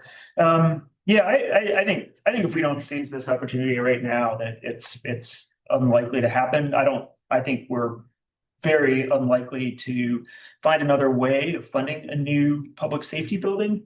It was mentioned earlier by one of our commentators that we should look into merging public safety forces in the county, PD with sheriff. I think that's off the table until there's a place to house them. I think we need a new building for that. I think it's a good idea. I think it's well worth looking into to save money, but under the current paradigm, that's not going to happen with the small space that we have. I also think it's been brought up that people are worried that we don't have a plan, or that a future commission could change course with this tax. We have a year. This very commission has a year, if we implement this tax, to bond, to get our business together, to form a subcommittee or whatever we need to do to implement this in a way that this very commission deems appropriate, whether that's putting 80% towards the public safety building and 20% towards M&O. Or, I mean, we have a budget that we're going to vote on tonight. I mean, we could put 100% towards the public safety building and bond against that. I think that this commission has that opportunity. We're looking at different people in different seats, at least one next after this commission's over, after this year, and that opportunity is here for us now. And like I said before, we're leaving roughly $2 million on the table if we don't implement this now. If we kick the can down to a year, and there's absolutely no guarantees of it going through that or even being available to us. So we're elected to make extremely hard decisions. It's not any time you bring up tax, it's a super hard decision. I've gotten blown up over this issue. I've heard a lot of people who don't like it, but I've also I agreed to serve in the best interest of the people who elected me, and I feel very much like voting for this tax is doing that. So again, I would urge you guys to consider carefully the opportunity that we have in front of us, because it's not going to be around forever. And it's something that is crucial to our county. As Jameson said, I've taken his tour. It's tight. We're tight. We're 20 years behind where we should be right now. Commissioner McCurdy, and then I'll wait. My upcoming election be damned. I can't afford taxes now. I'm having a hard time answering to my constituents without asking them to add another tax. If it came to the point of asking them for another tax, that would be completely different if they voted for another tax. But I can't afford mine now, and I don't think they can either. Yeah, I would weigh in. I mean, I think the sheriff knows very well that I've supported him in what he's done throughout the last couple of years. And he and I both sat down when we felt there were some other options to save some money here. So when we're talking about taxes, my position on taxes has nothing to do with my upcoming election. My position is that we need to be very careful with how we spend our tax dollars. And there has been an option for years and years to join services here, and I have supported that with the sheriff. I've sat down with the mayor. I've sat down with the councilman as well, and there's options that we can come up with to save our taxpayers some dollars and still come up with what we need here. So again, I would say that the voters need to weigh in on this. I understand that it's an option that we have, but I'm not going to make the call myself in support of a tax without the voters weighing in on it. And I certainly see a huge value in putting together the subcommittee. I believe that that subcommittee needs to extend past just what we're going to do with the sheriff's public safety building. I'd like to see the city at that table in that subcommittee as well, because ultimately there's only, I think the last time I checked, 9,800 citizens in Grand County. We all need to have a say in what's going on here with our law enforcement, and that should be on both sides there. So again, I'm going to encourage the subcommittee to encourage the city to participate in that moving forward. And if there is any other discussion, I'm welcome to it, or I'm going to call for a vote on the Mary's motion. Actually, her substitute motion. Yes, Commissioner Hadler. $10,000 spend equals $30 on this tax. It's $30 that's we spread out across the entire county as well as a ton of visitors. Commissioner McCandless. So the other thing about a sales tax, and hopefully it will be still available, legislation won't do anything crazy, that we put it out for the voters, especially with the overwhelming support of Prop 13 with the 2-to-1. I would hope that our community has that same support, but I'd like to hear from the community as well. And we will have a plan. So I know that when I talk to Jameson or Sheriff, that there's been lots of talk about public safety building and what to do. And that's been years and years of conversations. And so if we can actually have a subcommittee and come up with a plan in 1 year, I think that would be really great accomplishment, and it will be able to send that to the voters and let them know what our plan is, and everyone will feel good about it instead of just adding a tax and then hoping we make a plan and then not following through with it. So I'm in favor of subcommittee, and as long as we're able to put this on for the voters to vote for next November. All right, I will call for a vote on Commissioner McGann's substitute motion. Thank you. All in favor? Aye. Those opposed? The motion failed. Those abstaining. Those abstaining. Oh. Thank you. Commissioner McCurdy abstaining, and Commissioner Martinez, Commissioner McCandless, and Commissioner Winfield opposed. We will go back to the original motion by Commissioner McCandless. I don't remember who seconded. Commissioner McCurdy on the option to create a subcommittee, and I will open that back up for discussion if anyone wants to add? Yes, Commissioner Hadler, then Commissioner McCurdy. I'm certainly in favor of that. I don't necessarily think that a motion right now is necessary. I think that's something that we do procedurally on our first commission meeting when we establish all those committees and board assignments anyway. But I'm just going to abstain from this vote because I'm in favor of the subcommittee, but I'm not sure about the process. Do we need a vote on that? I have a question for Stephen. Can I go ahead, Bill? Yes, and then we'll hear from the county attorney.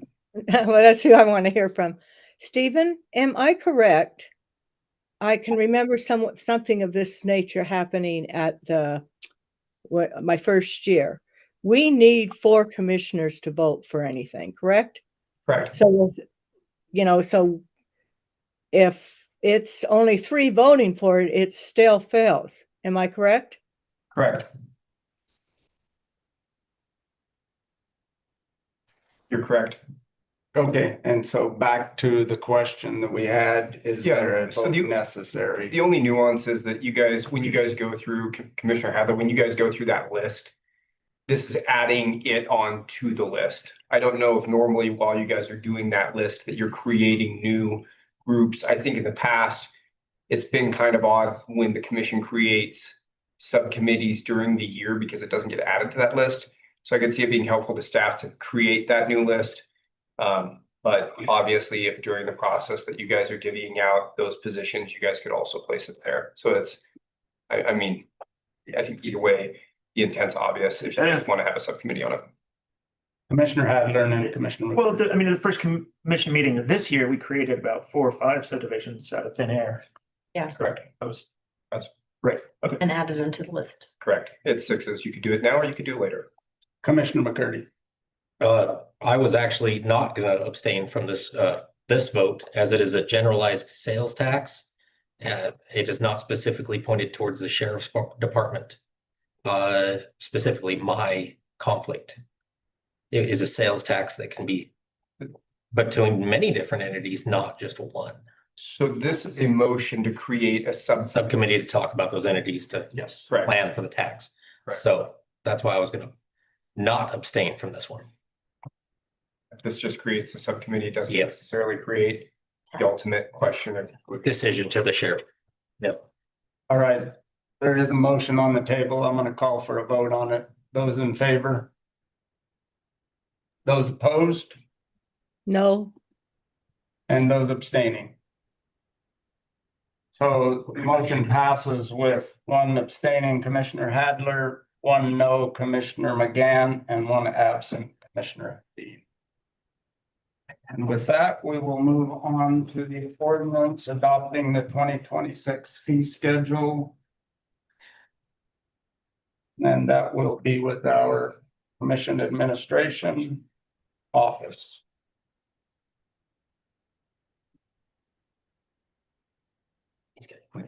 Oh, I'm gonna do it? I think so. Well, what are we talking about? Fee schedule. Fee schedule's in the packet. What questions does anyone have? I'll try to answer them.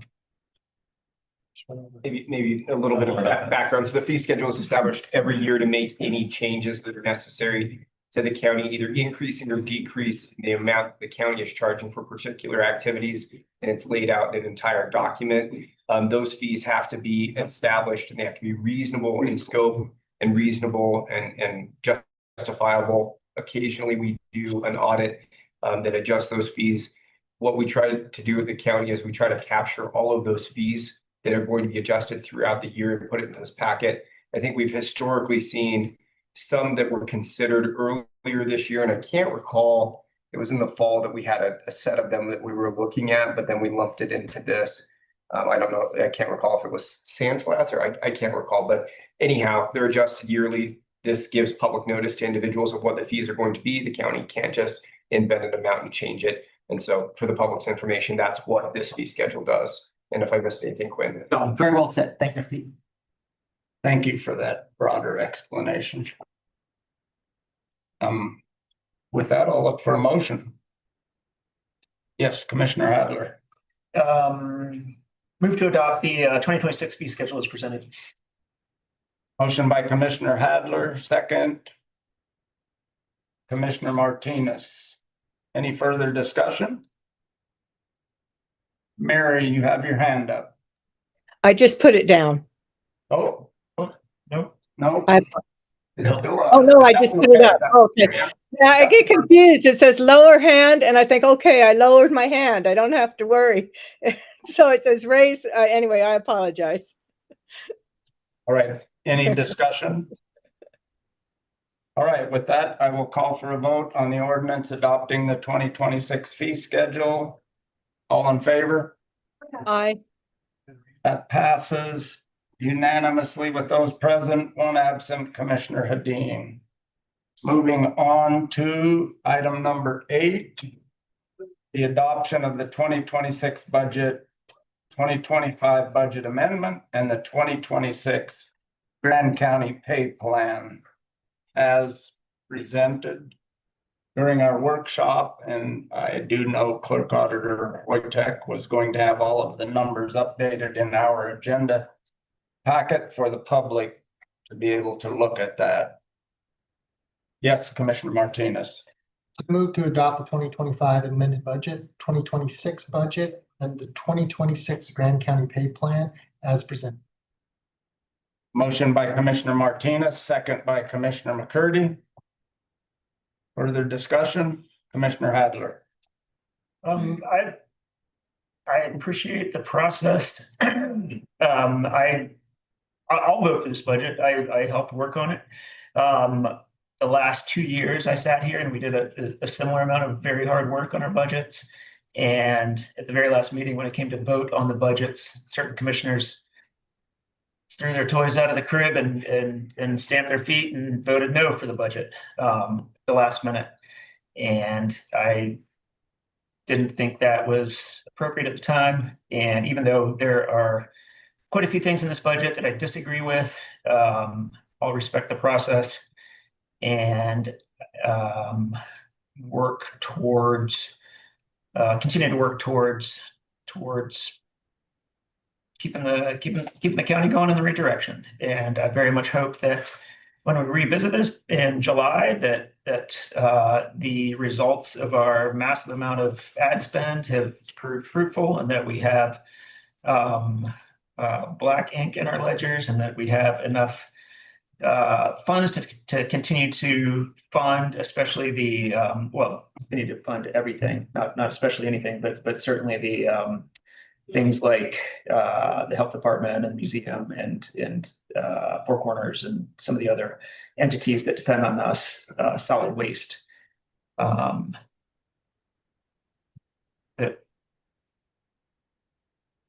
Commissioner McCurdy.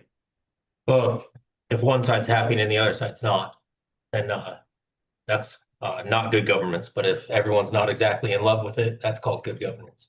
So that's why it gets my vote. Thank you.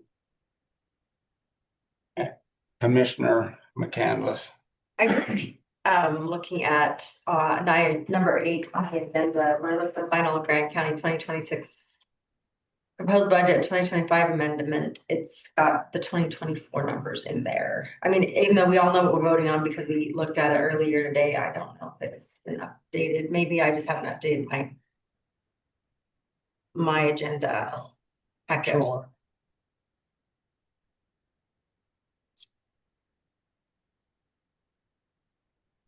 Gabe, did you hear Commissioner McCandless's comments? Yeah, I don't think I'm understanding 2024, what it has. Yeah, if you open up the final Grand County 2026 proposed budget and the 2025 amendment, it has 2024 closing budget and 2024 actuals. And that's all it has? Yeah, and I'm sorry, I didn't open this prior to, I was just working Oh, on some of the links. yeah, that you sent us. it must have been, oh, sorry. It must have been just something with the export. I didn't open it up and check it. Let's see. Huh.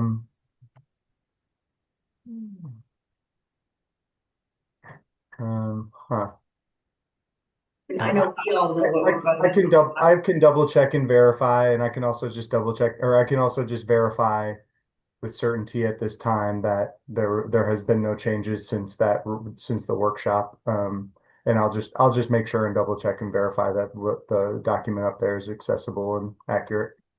Okay, yeah, we all know what we have or what we worked on and saw your changes, but I just noticed that was in there. Thank you. If necessary, we could always come back to it before 6, because we still have those public hearings we have to wait for. I don't know if it is or not.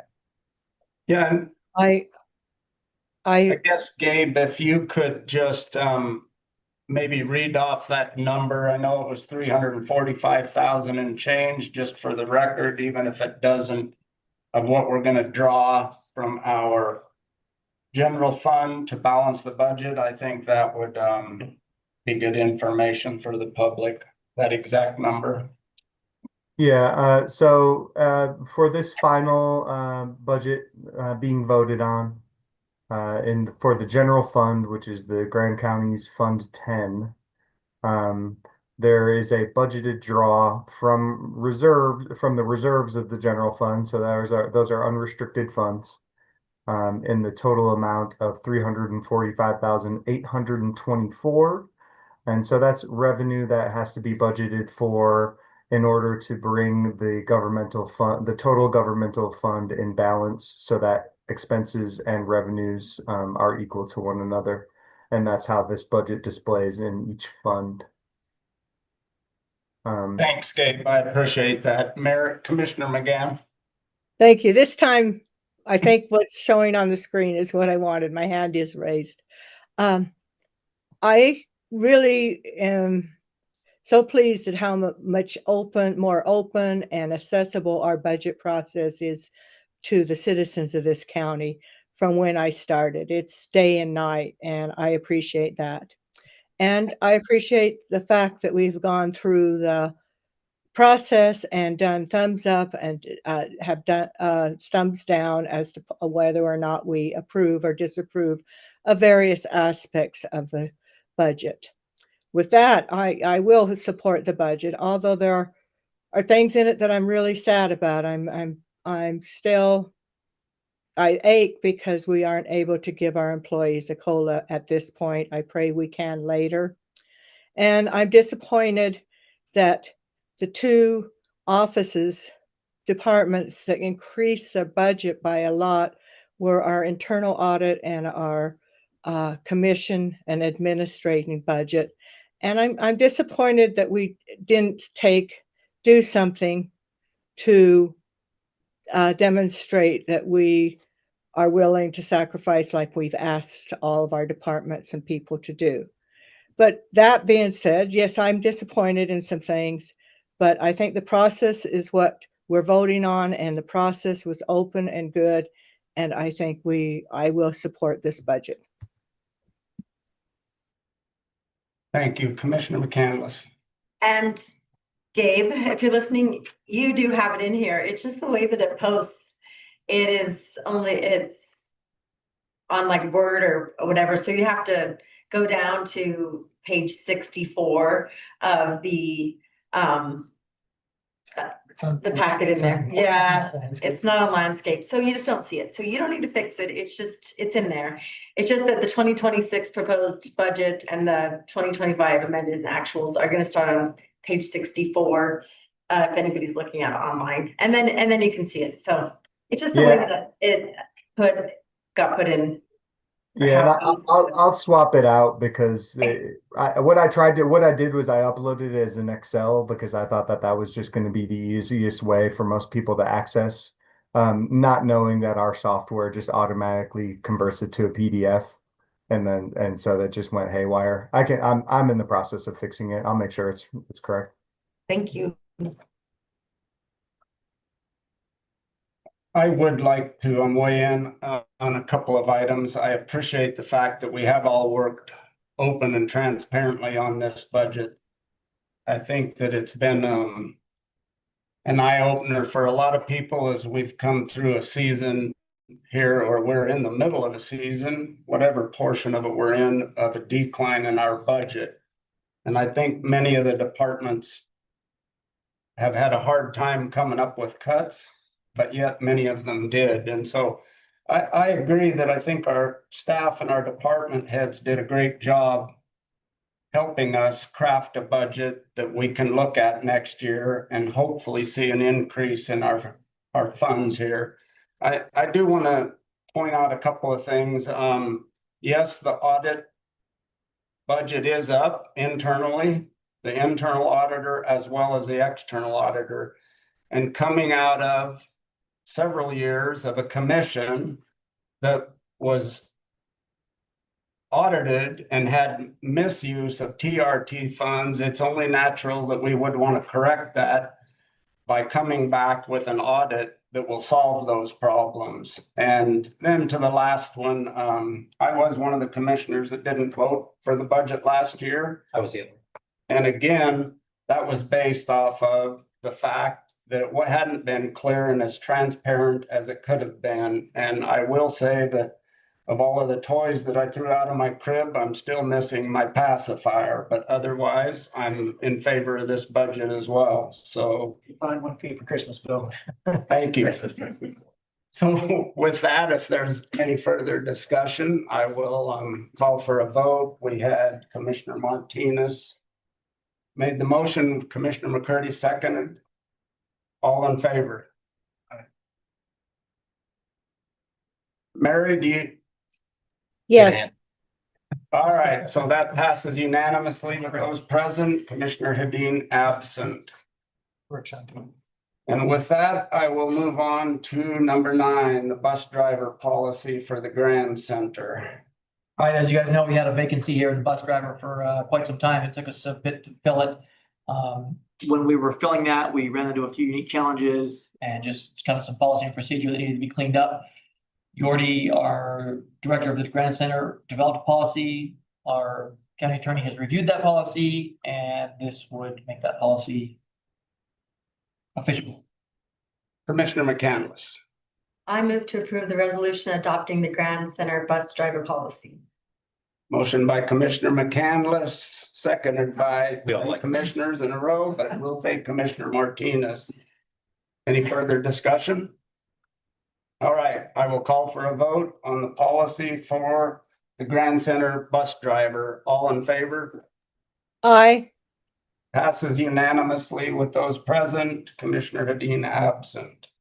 And we will move on to item number 10, the Grand County Snow Removal Ordinance. And I apologize, we probably should have had this a lot earlier up in the conversation because we have staff waiting here to participate in this. So my apologies for the late show. No need to apologize. It's actually only 2 minutes after 5, so it's not that late. So with Cody's gonna come up. Is Cody still there? yeah, he is. Hiding back behind TV. Anyway, just like every other county, or like a lot of the other rural counties in the state, we've had a lot of residents move in, purchase land that is a long ways from paved or maintained roads. Wasatch County experienced this a few years back. They drafted a similar ordinance. Once we get people that start requesting snow removal in areas we traditionally have not done it, it becomes an extreme burden on the county, and in some cases it can be huge. So we felt it best to adopt an ordinance that would lay out pretty frankly and pretty succinctly the roads that we are going to maintain in the winter and the roads we're not going to maintain in the winter. We've left on that list all the roads that we've traditionally maintained. There are a few roads that we've never maintained or taken snow off of in the past, and we're going to continue not removing the snow from those. And so this just lays out that list in a fashion similar to a couple of other mountainous counties, Wasatch, and what was the other one? I contacted Emory, Carbon Summit, Wasatch and Summit. So anyway, this lines us up with a few of the other counties in the state that have similar ordinances. And it certainly, if the county grows, we can revisit this in the future, but for now, this is going to be our policy that we only maintain the roads in the winter that we have historically maintained to this point. Very good. All right, Commissioner McCurdy. Does that in any way follow about what school bus routes would be? So school bus routes in the main valley, Yeah. Spanish Valley and Moab Valley, is going to, I mean, that's always been the precedent. Yes, that's what I've always known it as, yeah. If you look at the list, it falls into like the Castleton Road next, which is up to Castle Valley. Yep. I mean, granted, we have to get the school buses out of the valley before they can get to Castle Valley, but yeah, it's really in a proactive order for snow removal, then move on to the next paved area, eventually ending up with the gravelled areas up into the high country residences that aren't necessarily full-time. Yep. No, that's how I historically remember it being followed. I just wanted to make sure we were continuing in this policy. One note, just so everybody's clear on it too, we do have a snow removal ordinance with San Juan County for a portion of the loop road. And then also up into some of the recreation areas. I talked to TJ, the road and bridge supervisor in San Juan County, made it very clear that this ordinance that we're initializing is not going to affect what we have agreed with them in any rather than. Commissioner Hadler. Quick question, then I'll make a motion. Who does San Juan County do Geyser Pass Road then? They maintain it during the summer months, but we have an agreement with them for winter. In the winter, oh, okay. Cool. All right, then I'll move to adopt the Grand County Snow Removal Ordinance as presented. Motion by Commissioner Hadler, second Commissioner McCurdy. Further discussion? Seeing none, I'll call for a vote. Those in favor of the Grand County Snow Removal Ordinance? Did we lose Mary? I still. It seems like it. Yes, we did. So that motion passes unanimously with 2 absent, Commissioner Hedin and Commissioner McGann, who dropped off of Zoom there. And with that, we will move on. Thank you, Cody. Again, we could have moved that up earlier for you. I apologize. Appreciate it. We will move on to item number 11, affordable housing funding. I did send an email out to all commissioners, the county attorney, the administrators, that the documents need to go back to the county attorney for review. There is a version 2 of those, and so we are going to move this item to the first meeting in January, pending the county attorney's review. And I think that's it. We don't need any kind of motion or anything, correct? We're just moving this. All right, so.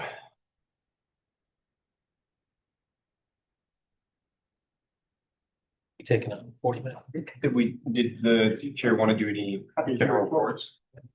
We can move into the general reports. I know that staff, Dana Van Horn, uploaded those, but why don't we go ahead and make our reports here? That's not an ask that we take up a full hour for those reports.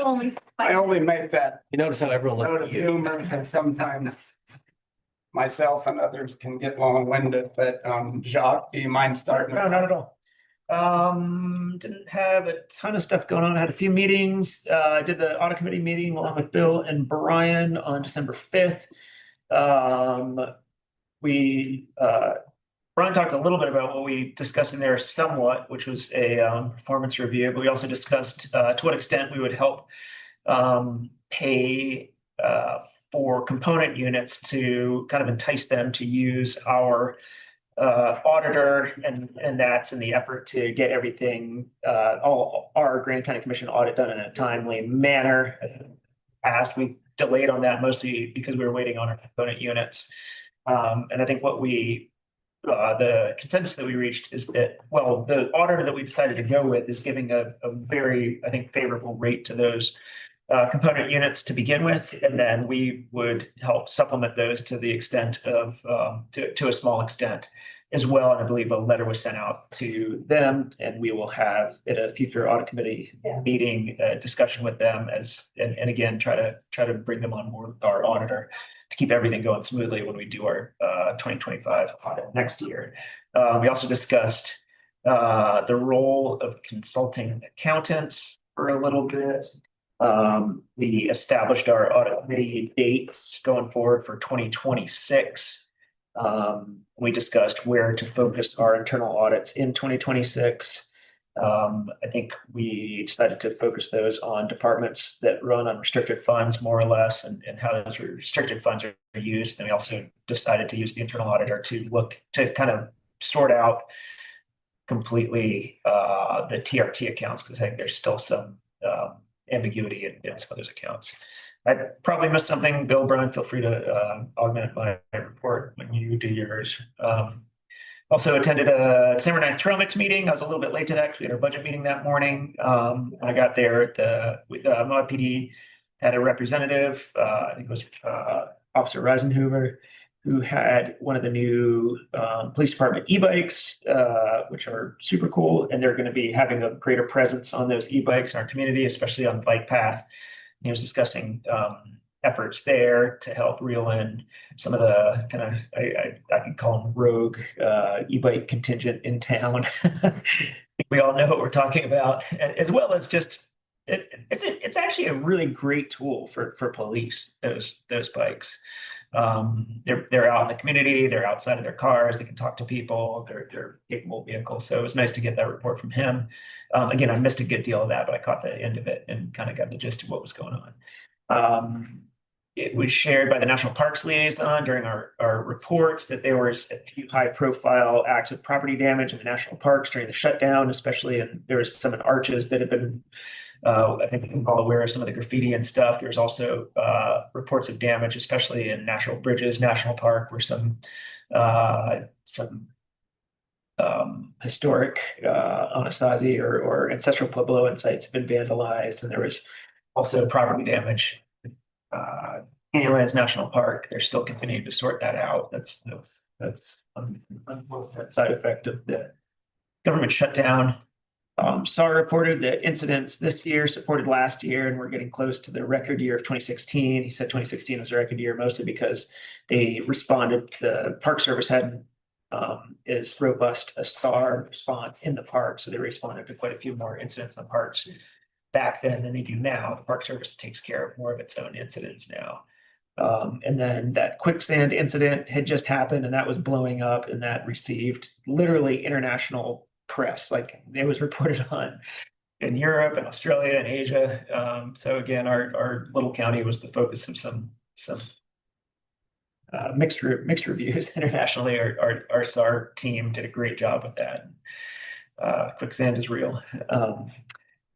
Let's see. Oh, another great thing to report on is that the Falcon Flow climbing trail, the work is underway. They've been having volunteer days on Tuesdays and Wednesdays in December. So they're getting that trail going, which is really cool. Can't wait to ride that. That'll be a parallel trail to Falcon Flow. So you can, mountain bikers can climb up the trail instead of climbing on the road, which is much preferable and everyone should be stoked about that. And lastly, the annual spring spruce up. It's been discussed. It'll be slimmed down. We'll still have the spruce up, and the date for that is set on April 11th. Look for volunteer opportunities then. And then on December 12th, I attended a LEPC meeting. That's the emergency services meeting that Kate Finley runs. It was well attended. It was over at the fire department. Few reports. Let's see, the wildfire community preparedness plan in conjunction with the city is likely to be set for approval for this body in January. We'll probably see that. There was an emergency exercise held at which in October, which all reports were that it went smoothly. 2 new stream gauges have been installed, one on the North Fork of Mill Creek and one on Castle Creek. That's good news. And then there's an in-depth presentation by the National Weather Service office in Grand Junction. Gentlemen drove down to present to local emergency management about how the Weather Service can support locals in the case of emergency or otherwise. He had some really cool demonstrations about kind of inside ways that they can do modeling, like if there's, say, a toxic cloud or something, they can look at the plume, they can look at where, in the case of severe weather, are the best places for locals to evacuate to, et cetera. So they're a phone call away. They're established and willing to help with local emergency. They can also do event, they can help with events. If we have large events in town, they can be on hand or they can be standing by to advise with weather incidents. So that was something that I hadn't considered much, but that's a really cool aspect of the federal government that can help. And that's all I had. Commissioner McCurdy. I don't actually see mine here. I can give a quick update to Canyonlands Natural History Association. Quick rundown was they voted to approve assistance funding for what was known as the Trail Ambassadors Program. Steward Moab Program. Thank you. That's what I was missing. That's great. To Steward Moab, they are helping in that funding. My Transportation Special Service District approved their budget and moved forward with fully completing Jackson Street, or fully funding Jackson Street, and accepting and working through funding or funding on Holyoke Street. But it's really good to get that Jackson Street wrapped up in team with the city. It's a big flood zone, as we all know. That mountain floods down the road, so it's going to be nice getting that fixed up. My OSTA advisory board meeting was actually canceled, but I want to give an update because I physically went out there and the pickleball courts have been poured. And the construction is moving forward. It's going to be right into the first part of next year that they are wrapped up and actually usable. So I've liked to see the collaboration. We've had a couple past meetings with the pickleball group that was in heavy attendance for quite a while. They are in emails and reports that I've seen from them, they are gathering funding to help help the facilities be better, some windscreens, some fencing, etc. So they are looking at ways to partner with Grant County with some of their funding efforts also. So it's really good to see that. But that's it for me. Very good. Commissioner Martinez. I'll try to keep it short for you. We got 45 minutes. Let's see here on the December 4th, I met with Camp 4 to be interviewed. I know that a lot of the commissioners had opportunities earlier. I missed out on that just because of the numbers of commissioners and things like that. So it was nice to be involved in that and kind of see the process that they were having for the branding project. Also that evening, we went to the bridge lighting. Once again, special thanks to Melissa Jeffers, who put on the event in short time and did a fantastic job out there. And then also actually the next evening, I went out and saw the tree out in Sand Flats, and that was really fun. So wanted to thank Allie for that one. On the 5th, I was at the audit committee, and I think Jock covered everything that we kind of went over. Except that we are going to have those component units meeting in January at that meeting, along with Richie May, so that we can discuss that, how they might come on and save some money there. December 8th, I was at the budget workshop with you guys, and then had the Colorado River Advisory Council. We went over the recommendations that we're going to be providing to the authority as they kind of move into negotiations. We were going to try to have those done a little bit early so that as they move in towards that February deadline, that they will have the recommendations. I think it was nice talking with a couple of the people. Last year, it was more I can't remember, was it southern Utah? And so there was southeastern and southwestern were combined into one, and the recommendations were kind of generic. Talking with Cody, he was really pleased with the way that the recommendations came out this year because they seemed like they fit more of what Grand County's needs were, or at least southeastern Utah's needs were. So it is neat to see that those two, since that advisory board has split, that we're getting a little bit more, well, maybe a little more representation when we're making those recommendations. Let's see, on the 9th, I was here again for the budget workshop, and then had the Moab Travel Advisory Board meeting that evening. Madden, our agency of record, gave their plan for 2026 and some of the ads that they had been putting together in 2025. They have put together so many ads. It's incredible to see the amount of work that company has done. I think that they're doing a fantastic job. We also heard an update from Camp 4 on the branding. And so they're getting pretty close to finishing up with phase 1, which is basically the research I think if we had to put it, phase one is kind of like the Who is Moab. So they've done quite a few interviews. I can't remember. I think it was something like 60 or 70 interviews plus 20 or 30 actual sitting people down. And they also had some they call them campfire porch light sessions. Yeah, porch light sessions. Yeah, they invited some people in and basically had them sitting around a coffee table and talk with them to try to figure out who is Moab. So when they're coming up with that brand, they've definitely done quite a bit of work so far. And then we also went and approved the application for the special events co-op grants that we'll be giving out. And so that's the 250 that we approved earlier. And this will be a chance to leverage some of that money to bring in some events and the process for doing that. See, on December 10th, I met with the potential candidate for the Moab Office of Tourism.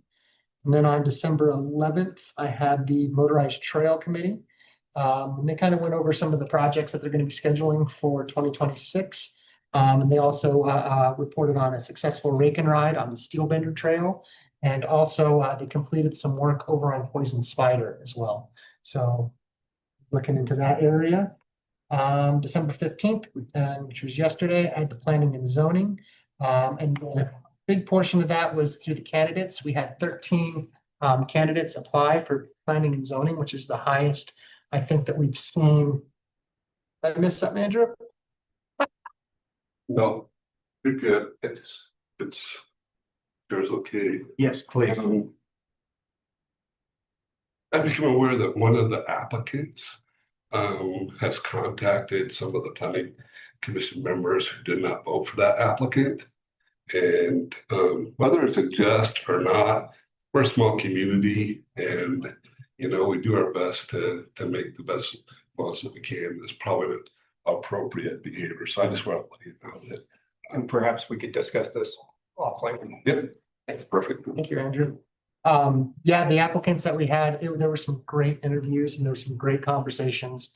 And I think that we're going to be well served with the folks that presented.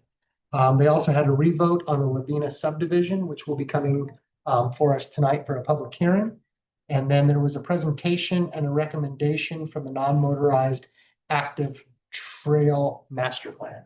And then we'll have some questions for that as it comes on in as well.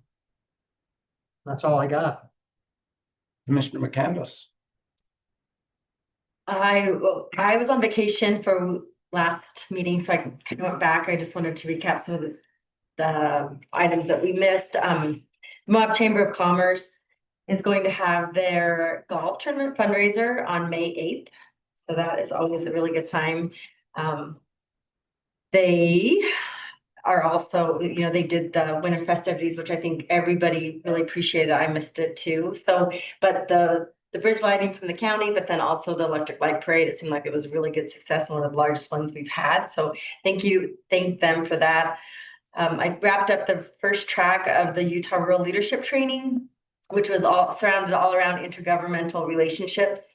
And one of the most important things I learned during that was what information do you have and who should you be sharing that information with? So when we bring in information, making sure that we're giving that information to the people that need it to make the right decisions. Because we get a lot of information in our spot. So spreading that information out to those who can help us make decisions and also might need it for their decisions. So we have 2 more tracks to go. The next one will start beginning of the year. The Economic Opportunity Advisory Board, we recommended a subcommittee to work on the RCG and RCOG processes. We had a great process last year, but it's not set in stone. We also chose Pamela Gibson. We didn't really choose her, but with the new bylaws for that board, we're replacing Jasmine Duncan because she doesn't want to be on the board anymore after spending many years there. And so Pamela Gibson is going to be replacing her. And I think that was on the consent agenda last meeting. I was at the Moab Area Community Land Trust annual meeting planning, and they were reviewing the strategic plan and also reviewing their goals and priorities from 2025. That was the first meeting that I was able to attend with them as their liaison. We had lots of budget workshop meetings before and after I got back from vacation. At the Council on Aging, which is always fun to go there and hear about all the senior activities that are in full swing. They are working on a senior questionnaire to find out what needs are needed from the seniors community, and then also the best way to get that survey out to seniors. Because you have the ones that go, about 43 go to the Grand Center and get Meals on Wheels, but there's a larger community out there, and a lot of them don't get on social media, so they're looking at possibly doing a flyer. I don't know if they have money in the budget for that, to mail out a flyer, but letting people know what we have to offer at the Grand Center. And I think that's gonna be on our next meeting as well. Then I attended some policy steering committees on social and human services. We had a homelessness update from Stephen Hunter. I also met with the candidate for one of the candidates for the MOT director. Another policy steering committee is community development. This one is something that we really need to pay attention to. There's a lot of conversation and at the state about annexation policies, and also legislation that's leaning toward making the general plan binding, which will also make it harder for counties to use development agreements. So it wasn't very popular with the counties, but I think it's something that we want to pay attention to that's coming up in this next session. At another more area community land trust, we reviewed the budget, and we also discuss the needs. They're getting a loan from Desert Rivers Community Credit Union, which is really exciting, so that they can beef up some building out there at Arroyo Crossing. And my last one, a couple more, Sand Flat Stewardship Meeting. We, at the closing of 2025, are up 1.25% in visitation from 2024. So we just came over the hump there. We followed up on the Leaving a Trace play that was up there this fall, and they're going to be doing another one. It sounds like maybe in the summer for those, because not very many people could go, but I think 100. So that's some pictures. It looked really cool. Good updates on the Falcon Climb, like Jock talked about. Porcupine 4x4 road work, to taking out some of the rough spots. There's been a couple rollovers up there, so that work is coming along. And also just updates on the dinosaur track protection project. They've got the steel spots, so they'll be able to protect the dinosaur tracks up there. And the Canyonlands Healthcare Special Service District Board meeting. It was a long meeting, and so we're going to have another meeting in January, a special meeting that will talk about the future of the maps and a 5-year plan for the healthcare district. That's it. Very good. I don't see Commissioner McGann on She jumped off. She said, "Happy New Year, Merry Christmas." Her report's in the packet. Perfect. All right, I will run through mine. I was on a Zoom call with Senator Curtis where he updated on the fact that the UMTRA bill, which I know most of us have heard, has moved out of a committee. At the federal level, he also, of course, went in a little bit and discussed the shutdown that the government was in, and what does he call it, his highs and his lows, and trying to get through all of that and to get the country back up. I know that Senator Curtis, in my opinion, does a good job of representing us at the federal level and tries to keep somewhat of a sense of humor about it as he does it. So I appreciate that. I also attended the Canyon Country Partnership with the regional agency updates that took place. I was also at the bridge lighting. I know Brian has given Melissa credit several times here, but I will add that we came up way short on cookies, and off she went to town to remedy that situation as quickly as she could. There were a lot of kids there at the bridge. It was a good time by everybody that was a kid, I think. Some of us adults included. I was also part of the audit committee that both Jock and Brian have mentioned, and I think both of you covered that far better than I would have done. I was also part of a Zoom call for the USACCC, which is the Utah State Council on Commissions, Councils, and I can't remember the third C. My bad, I always blow it. But at any rate, it's a subcommittee under UAC that I chair. This legislative session, there was just a discussion about, what we've talked about previously, the need to, get real serious about centrally assessed.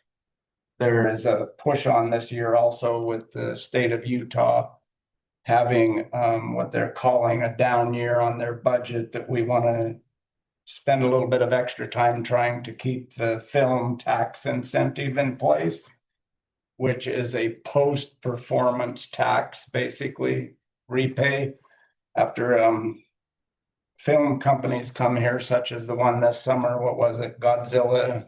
Yep, Supernova. After they've spent X amount of dollars here, they can apply for the tax return on that, but they have to literally prove that they've spent the money and where they've spent that at, so within our county. And that's a rural incentive that has an ongoing $1 million on it, and we try and keep it at the $12 million level, but it requires working with our state legislature to make sure that that continues to happen. So that was a big part of that discussion as well. Let's see, a little bit of a Mud Springs update, not much. There will be a meeting next week. The meeting from last week got canceled, but the UDOT is working with Rocky Mountain Power, the Trust Lands, Sitla, and the BLM to come up with the right-of-ways for the road that will come up into where the Mud Springs races will be held, and that is very likely going to come in off of the Pack Creek cutoff and then come in somewhat similar to the power lines in there. So that will be the access, and Commissioner Mon in San Juan County and myself, Cody, who was here, as well as their road department down there. We're trying to just come up with a collaborative way to make sure that road's in there by this spring so that races can be held next year. And then lastly, I was also part of the Utah Film Commission meeting, which basically just went over what we had talked about in the UAC subcommittee. And I think that's all I have. Jock mentioned the kids in the police department and the e-bikes and the rogues out there. And I do just want to say that I possibly would have been one of those rogues when I was younger. So I hope that law enforcement understands some of those kids are just filling their oats and getting out there. But I do know there's been complaints on the bike path from both walkers and people on bikes, to quite a bit of speeding that goes on out there. So, and that's all I've got. Commissioner. Yes, sir. Can I add a quick report? Sure, you may, County Attorney, and then Commissioner McCurdy had a question, I think. Just wanted to let everyone know we had the bike path is a good segue. We had the attempted murder trial that happened on the bike path a couple of years ago. The jury went out, convicted on the attempted murder charge, aggravated assault charge, restricted person in possession of a dangerous weapon, and reckless burning. The jury was out for about an hour and a half. They convicted on those counts, as well as a minor account of assault. The Moab PD were exceptionally brave that day. They heard that somebody had been stabbed in the chest 4 times. They rushed to the scene. There was assistance from Deputy Bowen, and they took him into custody without incident, but it was a substantial attack. The jury convicted on it, and nobody hesitated. The PD and the sheriff, I think it's not as widely known. They do risk their lives in this community. There are violent offenses. There are violent circumstances. I think it's easy to forget about this because the paper, it's not a wonderful thing to cover. They did cover this story, but these things happen. We do have a lot of ugly assaults, sexual offenses, and other crimes that happen in this community. But I just wanted to thank the bravery of the men and women that responded to that day and the willingness of the victims to go forward and testify. And so it was a 2-day trial, and my office did a wonderful job, and we appreciated the support of the sheriff's office for doing the bailiff services and everything else. So just wanted to give that quick update. Thank you. Commissioner McCurdy had to. Thank you for bringing that up. I just wanted to give you a heads up personally that the Recreation Special Service District will be reaching out for contractual information regarding their audit services. They would love to join on to our internal, our auditor services. But they are underneath contracts to remain with theirs for quite a while. Yeah, and it'll probably be a combination Yeah. of Gabe, the internal auditor and others, because auditing is, but we can chat about that, yeah. They're gonna talk about the contracts with And you. then I can circulate them and connect them to who they need to be connected to. Perfect. And I believe they've been invited to that meeting. First of the year. Administrator Tyner, have we sent that letter out that Jacques mentioned? We were gonna invite the component units to our audit committee meeting. Yes, I believe that was already sent. So Perfect. And then Commissioner Yeah, there was Martinez. one other update I did forget about, which I'm extremely excited about. So we had we've had some background work going on with the North Wash boat ramp. And there has been some serious progress.